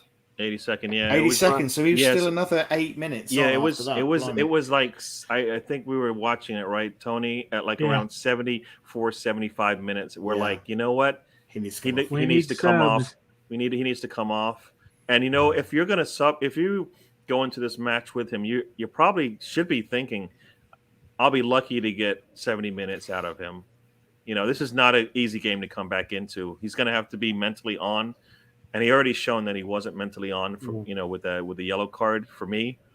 And physically, I think it was going to wear him down, and that's what happened. He got worn down, and the team just was out of sorts at that point, just for that fraction for about a minute, not even a minute, for like 30 seconds, and then goal scored. So, you know, you like to think that they rush these players back in, but then they don't expect them to play it out. And today is one of those times when Arteta needed to think with his mind, I guess, and not his heart. You know, he wanted to keep Xhaka in there, but I think we got punished for it. And he didn't do anything to deserve to get pulled out of the game, but he just wasn't 100%. He's not there. He's not back yet.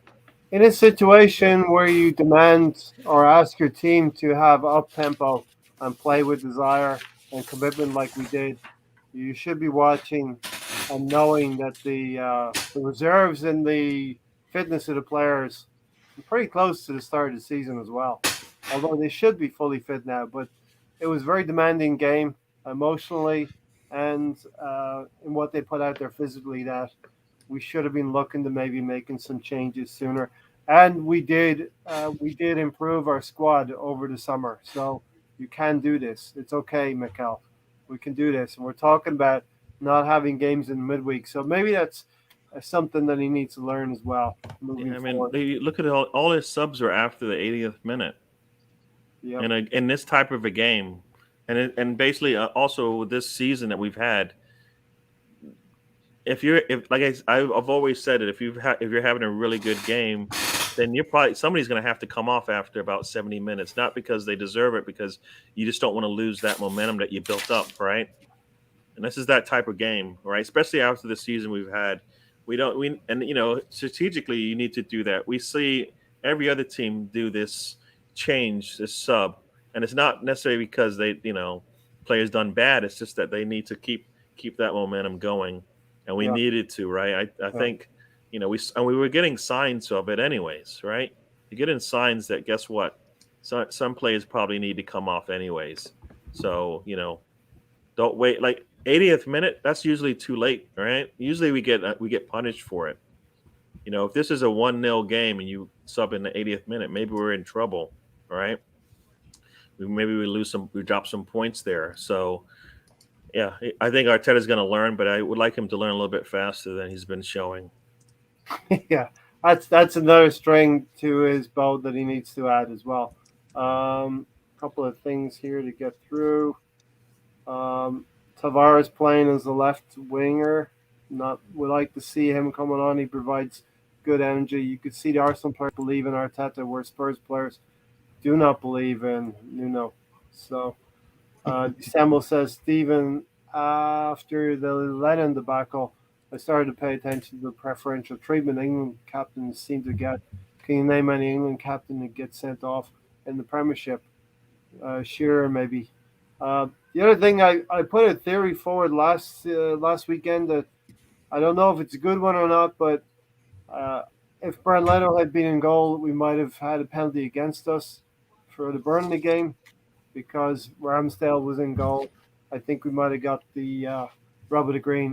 Go to Matt on that one. What do you think? Because I don't think I've presented that to you before. Preferential treatment for English players. You think it's a thing, Matt? I think there probably is an element of it. Whether you could back that up factually and fairly with context, I'm not sure. Yeah. But on the eye, you would seem to say so. I mean, like you say. But I just don't know whether you could quantify that very easily. Yeah. But I can't think of any off the top of my head that have been. But have they been particularly dirty players? Are they the type that have been in situations where they would get sent off? Yeah. Yeah. Gary's got an update, I think. Yeah, Tobin Heath has now entered the game. We're in the 86th minute. The international signal for substitute. Yeah, not for an injury though. Sorry, I didn't. Nobody's hurt. It's just this game is won. She's gonna get her feet wet. Get some minutes in the game, and we'll see where she goes from there. A la Martinelli, who it should have been probably today. So yeah, if we're going to nitpick anything, Tony, is that Arteta needs to maybe use his squad a little bit more toward the end of the game and not invite injuries to the first 11. Yeah, 60 minutes, you should start looking around, seeing who's getting tired. By 70th minute, you should at least have your first sub on. Yeah. Assemble your spot on. They show Roy Keane being a dirty bastard. Can't do that kung fu kick, but not sure. Yeah, it's all true. But hopefully Arsenal having a little bit more England representation in the team. I'm starting to see we can maybe watch this as we go through the season, Matt, Tony, and Gary. Watch this through the season. Watch this space. See if there is a case building for the English players within the Arsenal team getting a little bit of, let's say, preferential treatment. And, it's something that we need. We haven't had the rub of green, as it were. We don't get protection. That's for sure. We don't. Protection. Saka is going to need that protection. That hasn't come to him yet. Hopefully, Gareth Southgate might be, hey, we need Saka for England games. We can only hope. Tony, we've come to that section of the podcast where we're going to reveal the Don Juan man of the match. Unless you have any other things we're going to go back over the players and maybe through your man of the match selections, we can talk about some of the players individually. Okay, so I think Odegaard had a underappreciated game. He was involved with everything, running all over the pitch. You had Tomiyasu shutting down everything on their left side. Then you had Ramsdale back there making key saves. But to me, it's Tomiyasu. Gary said his name probably 75 times during the watch along. Good thing we weren't playing a drinking game. Me and Gary would have both been passed out. So you're picking Tomiyasu? Yep. Wait until the games start coming thick and fast with cups in Europe. Arsenal should take points from those teams. We should be fresh one game a week. Key word there, Gary, is should. Yeah, and we should be because we're going to have a full squad to do that, right? But yeah. No, we should. I think we've got the depth that we wanted, right? Sacred Menudo pass. There you go. I don't know why you brought up Menudo. Sorry, Ray. Gary revealed all, or maybe not all, but no, I didn't reveal all. I just gave everybody a little teaser. You're gonna have to ask Ray, and he's gonna have to answer. We're gonna tease it out. We'll tease it out as the season goes on. If Arsenal are unbeaten for 11 more games, we will do a reveal. No, yeah, I feel that we've got the squad. We've got the squad depth now, and hopefully they all get the same. We see the same style of play no matter who's in there, right? We know, Zombie and Tavares are going to come in at some point in the season, and they need to be able to show exactly what we had today. I think Zombie can do that, especially if he's not playing against some of the top teams. Tavares, to me, just needs to work a little bit more on his defense. That's kind of the thing that scares me a little bit. But going forward, I think he's just as threatening as Tierney. So, yeah, I think squad-wise, we're good. You were talking about man of the match there. And like you said, for me, it was Saka for me in the first half, the way he was playing, especially the way he had been playing, when he came back and got some games in. And then the way he finished off the game that he came in the last time he was out. Today just showed that, he probably just needs to work some things out. And today he played a really good game, really threatening out there with the ball at his feet. Put that cross in for the nice goal, and then got one himself. So yeah, I think I kept getting mixed up between Erdegaard and Emil Smith Rowe throughout this game. They both had a lot of touches in that midfield on the attack. So I think the youngsters definitely played a part in this game. But it was Tomiyasu pretty much the whole match. I mean, Mm, anytime you said his name, basically something good would just happen or was about to yeah, happen. yeah, He had a really good game, and he made you wonder, wow, that's what a right back should look like for Arsenal. That's what we've been missing. And then he even he even came upfield as also to kind of help out there as well. So I think that's going to look really good. The more he plays and the more he maybe gets a little bit more involved in the offense as well, because as we were watching the game, seemed to be attacked a lot from Tierney's side. Definitely came up a lot, but and that's good. I think that's the way we play. But it's essentially at some point we're going to be able to surprise people on the other side. It'd be nice to see Tomiyasu get involved in that as well, yeah. because I think that will throw teams off when they can't say, you know what, they're going to come up from the Tierney side now. It's like, no, you're going to have to think this is going to come up from any side. Beware. Yeah. Brilliant.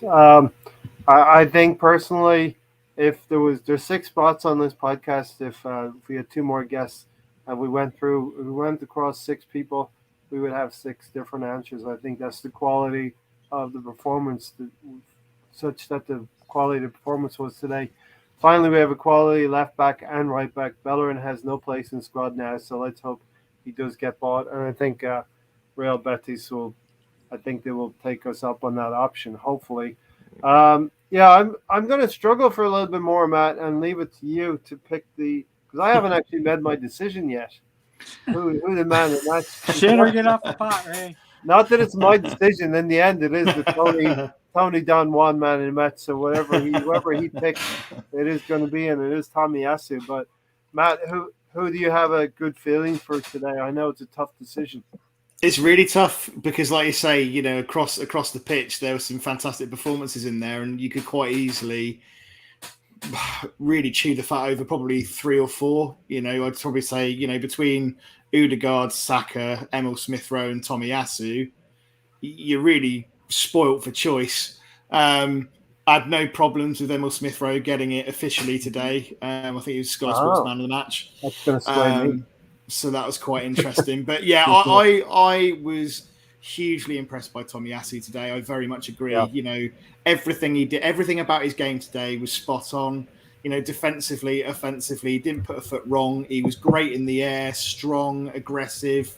Didn't really put a pass wrong. He mopped up when others were kind of in trouble.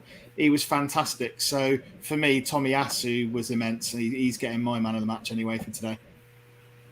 Yeah, Tomiyasu, 5-0 to the ladies. Emil Smith-Rowe for Steven. 5. 5-0. The score the 94th minute, so the whistle's going to blow soon. That's going to be pretty good for goal difference if it is decided that way. Yeah, listen, I thought that we should have gotten a striker this past summer, but we did fill that last slot with the right back. But it is a very, very highly thought of right back at this point in time in the season. His performances in the last 3 games have shown us that I'm calling him a lockdown defender, and he had a challenge today against Son. Now, he got a little bit out of position. The team got out of position, and Son took advantage. I don't think that was particularly against Tomiyasu, right? Gary, I didn't have that threw the whole that's like a monkey wrench, right? Basically, it just breaks down right in front of the back line, and then everything kind of somebody's going to be left alone, and it happened to be Son, which is disappointing. But I think just to break down, and that can happen at any time you just slip, and next thing you know, your defense is in trouble, and it happened at the worst position on the field, right? I mean, right in front of the box, basically, and everything just. They roll to the ball, and then somebody squeezes through, and it just happened to be Son today. So, but yeah, decent quality, decent quality opposition. It pains me to say they're decent, but but are they decent? We'll see what happens. They're in a bit of a tailspin. I think everybody thinks Son is a really good player, and today Tomiyasu was the better player. So that's what we'll take that any day. Exactly. As Steven says here, the right back is brilliant. Top quality signing. He hasn't put a foot wrong in any game he's played. a little bit earlier, little bit early in the season to evaluate who our best signing is this past summer. But obviously, we're gonna have fun going forward. We're gonna hit 2 hours, Tony. So that part of the contract is been fulfilled, right? Yep. But we are gonna get out of here unless anyone has a couple. Let's talk about Gabriel and his his tussle with Harry Kane. I thought he frustrated him again, and we got that. GIF again, Gary. Harry Kane barging into Gabriel. And that's not a yellow, right? Because it's Harry Kane once again, right, Ray? Are you coming after me? Yeah, I'm coming after you. Uh, To a little bit, I'm looking over there at Matt because he thought that could have been a foul from White on Harry Yes. Kane, right? he's coming after you, right? He's coming after No, Matt. to be fair, I must admit I thought it was a foul on White. But like you said, I think on the other end of the pitch, I probably would agree as well. Yeah, You that know, one fair's from fair. Kane on Gabriel should be an easy yellow, right? Yeah. I mean, you just can't take a player out like that, and he's going to hurt somebody, and it's not necessary. Yes, Just Harry stop Kane. it, You're right. You're right, Gary. He's And bad. good. Not that we have the viewership that are going to change the FA's opinion, but at this channel, we want to say Harry Kane is going to hurt someone Yeah. somewhere down the line, and the refs need to be at least conscious of that. Stephen, I'll probably have to eat humble pie and say Ramsdale is one of the best buys. His ability and I think his spirit that he's brought to the camp, I think that's an immeasurable, right, Matt? It's very difficult to quantify what a player's humor, his ability to mesh with the rest of the squad, Yeah. what that brings as a whole. Yeah, I think Arteta deserves a lot of credit for that because I think he made reference to it when he was first bought, and he obviously was under a lot of pressure for bringing him in. And I know there was a lot of negativity around signing Ramsdale, but Arteta did mention that about his leadership skills, his personality, how he is as a person, and I think that's really shown. So I do give Arteta credit for that. And if you look around, the changing room now and the younger lads, and you think, well, actually, you look at the leadership that we've now got within the squad. I think he deserves credit for that. I think where fair's fair. I think he has got a knack for picking players with the right kind of personalities, and I think he's identified the problem players previously that we've had. And I think again he alluded to that, didn't he, in his lead up to? I don't know if anyone watched the interview prior to the game today, but he alluded to dealing with some of the issues that we've had previously, and I think that spoke volumes. I think he's certainly focused on bringing in the right personalities and shifting the ones that were causing us problems. And Aaron Ramsdale is a perfect example of that because you can all see every time he does anything, he's straight on his feet, fist pumping, patting people on the back, communicating around the back line. You can imagine him, around the team. I'd imagine he'd be great to have around. Yeah, and that's something that Leno can. He wouldn't be himself if he was to. He's got to be the best version of himself, Bernd Leno, and I'm sure he'll have the opportunity. Like Steven says, I like Leno, but he's not vocal enough. Anything else to add? Anyone? Final thoughts? Yeah, as the best buy, I think it is going to be a toss-up between Ramsdale, Tomiyasu, right? I think that's probably the two players that, I think Sambi and Tavares give us exactly what we needed there. And White, I think, is just going to get overshadowed by the two other players. So he may still play really well, but right now it looks like it's a two-horse race, as they say, between what you're going to get. I think Ramsdale will probably power through because he's going to be in probably every match where Tomiyasu probably will have to take a break, and either Tavares or somebody else will take his spot. But the deals that come through, and I think once again, Ramsdale for me was more about the resource in terms of money that they were spending on him. Yeah. And if they're going to spend that much money on him, then he deserved to get the chance to be a starter. And so far, he's shown that was worth the money. If you said you're going to get a starter for 24 to 30 million, you'll take it. Right? Yeah. And we were actually if you believe the reports through the summer, we were going to be paying more than that for Ramsdale. We were able to maybe haggle the price down a little bit, as the brinkmanship, as Arsenal like to do so much. Tony Turner, were there any doubts over picking Granit Xhaka, and how is he after that injury? We had to think about it. We had different options to play against them. We believe that the way we set up and what we wanted to do in the game, it was the right call to do that. I understand that a lot of people would say you won the last two games. Why are you going to change it? Basically, of course, I was going to play Xhaka. So you were going to play Xhaka? No, I'm saying that's what he was saying and all that. Yeah, I mean that's why they didn't go out and get a replacement for him, right? If you're gonna say that and then you don't play him, then you basically are two-faced, right? You basically lying to the player and you're lying to the journalist as well, right? I mean that's what Adu said, right? He said we didn't need to basically get a replacement because we've got Xhaka and Partey. That seems to be the lineup that they're going to go with. I think Sambe will probably show the more he plays that he's deserving of a spot too. Yeah. And you're going to get something different, and I think something more to what Arteta wants, anyways. All right, from that position. So I thought this was Tony putting something in, but this is from the press conference. I believe they never really had any doubts about Granit Xhaka because Sambi Lokonga played in midweek, and so they were always going to delegate this game to Granit Xhaka coming right back in.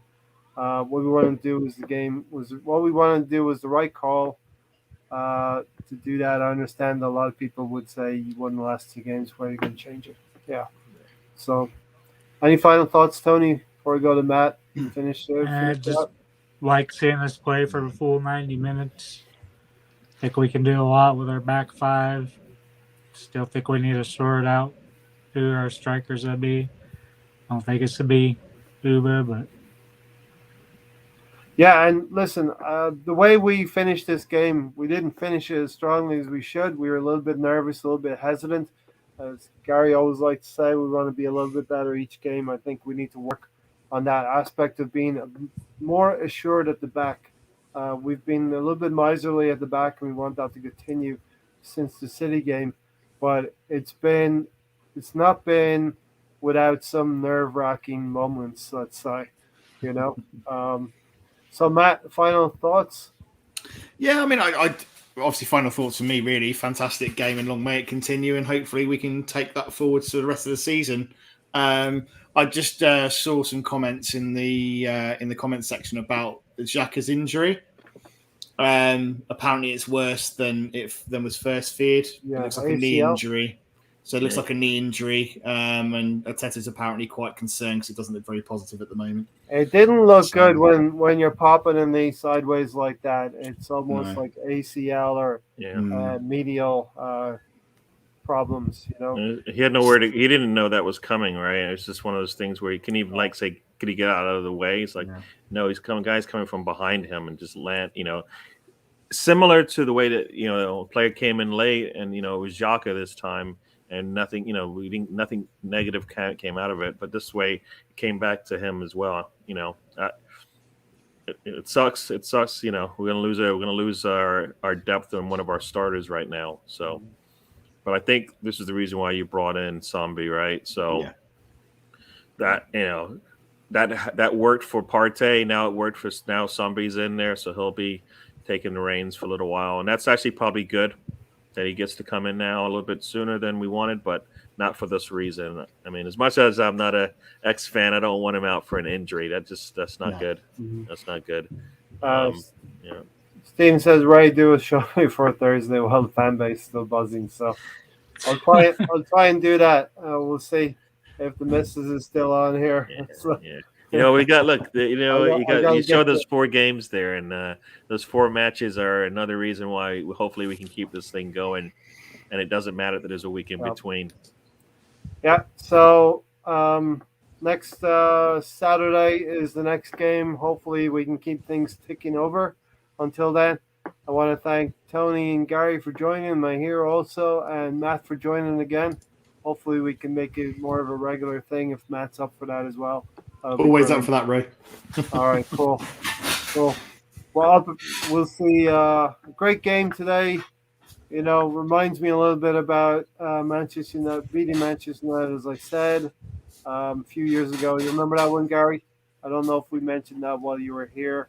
When we went out and beat Manchester United 3-0 in the first 30 minutes, Theo Walcott scoring a goal in one of those games, Ozil and Sanchez. So, Yeah, I think we've got that in us, right? So we should be able to jump on anybody early and often, and then finish the game off soon. That would be nice.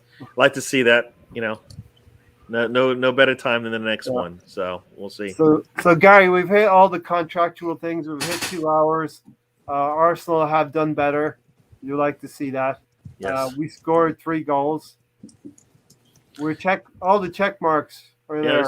This is how this game. This is what I wanted 3-1, so that we get, they gave us the gap, the gap that we needed. So yeah, the Spurs are looking up at us, and hopefully that continues as well. Right, every weekend, they keep looking up at us, and we keep getting away from them. So that'll be nice too. Almost 5 straight hours of Gary and Tony. And Gary, you've got Matt joining you tomorrow over at the Red Cannon. That's right. Yeah, so Matt will be on the Extra Time podcast.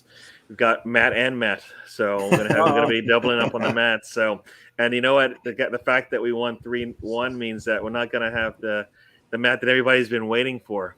I think he's gonna be happy, and Matt looks happy here. So we're gonna have 2 happy Matts. It's always a winning formula. It's a winning formula, Gary. I'm looking forward to it. It's going to be good. Cool. Check it out over there. For the time being, we're going to wallow and bask in the sunshine of a nice, really, really nice win.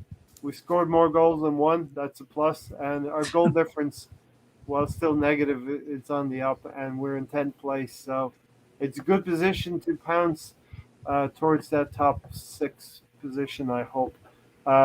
Really enjoyed this one. Top 4, right? Who cares about the top 4? 6? Let's go for it. Really enjoyed this one, Tony. How about you?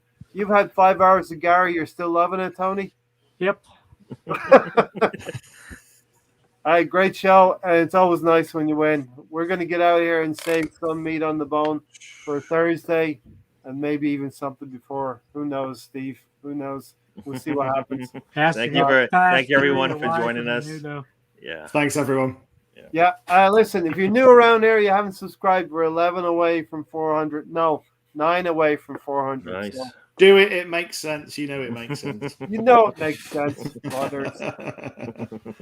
Yeah, listen, big respect to the Arsenal fans who paid respects to Jimmy Greaves, and also thinking about one of our own in Boise as well. He used to be an actor on Only Fools and Horses. Check it out if you don't know about it. Where have you been? We're out of here. This is it. Goodbye. The long outro. Come on, you Gunners. That was a pretty short outro. We'll see you Thursday.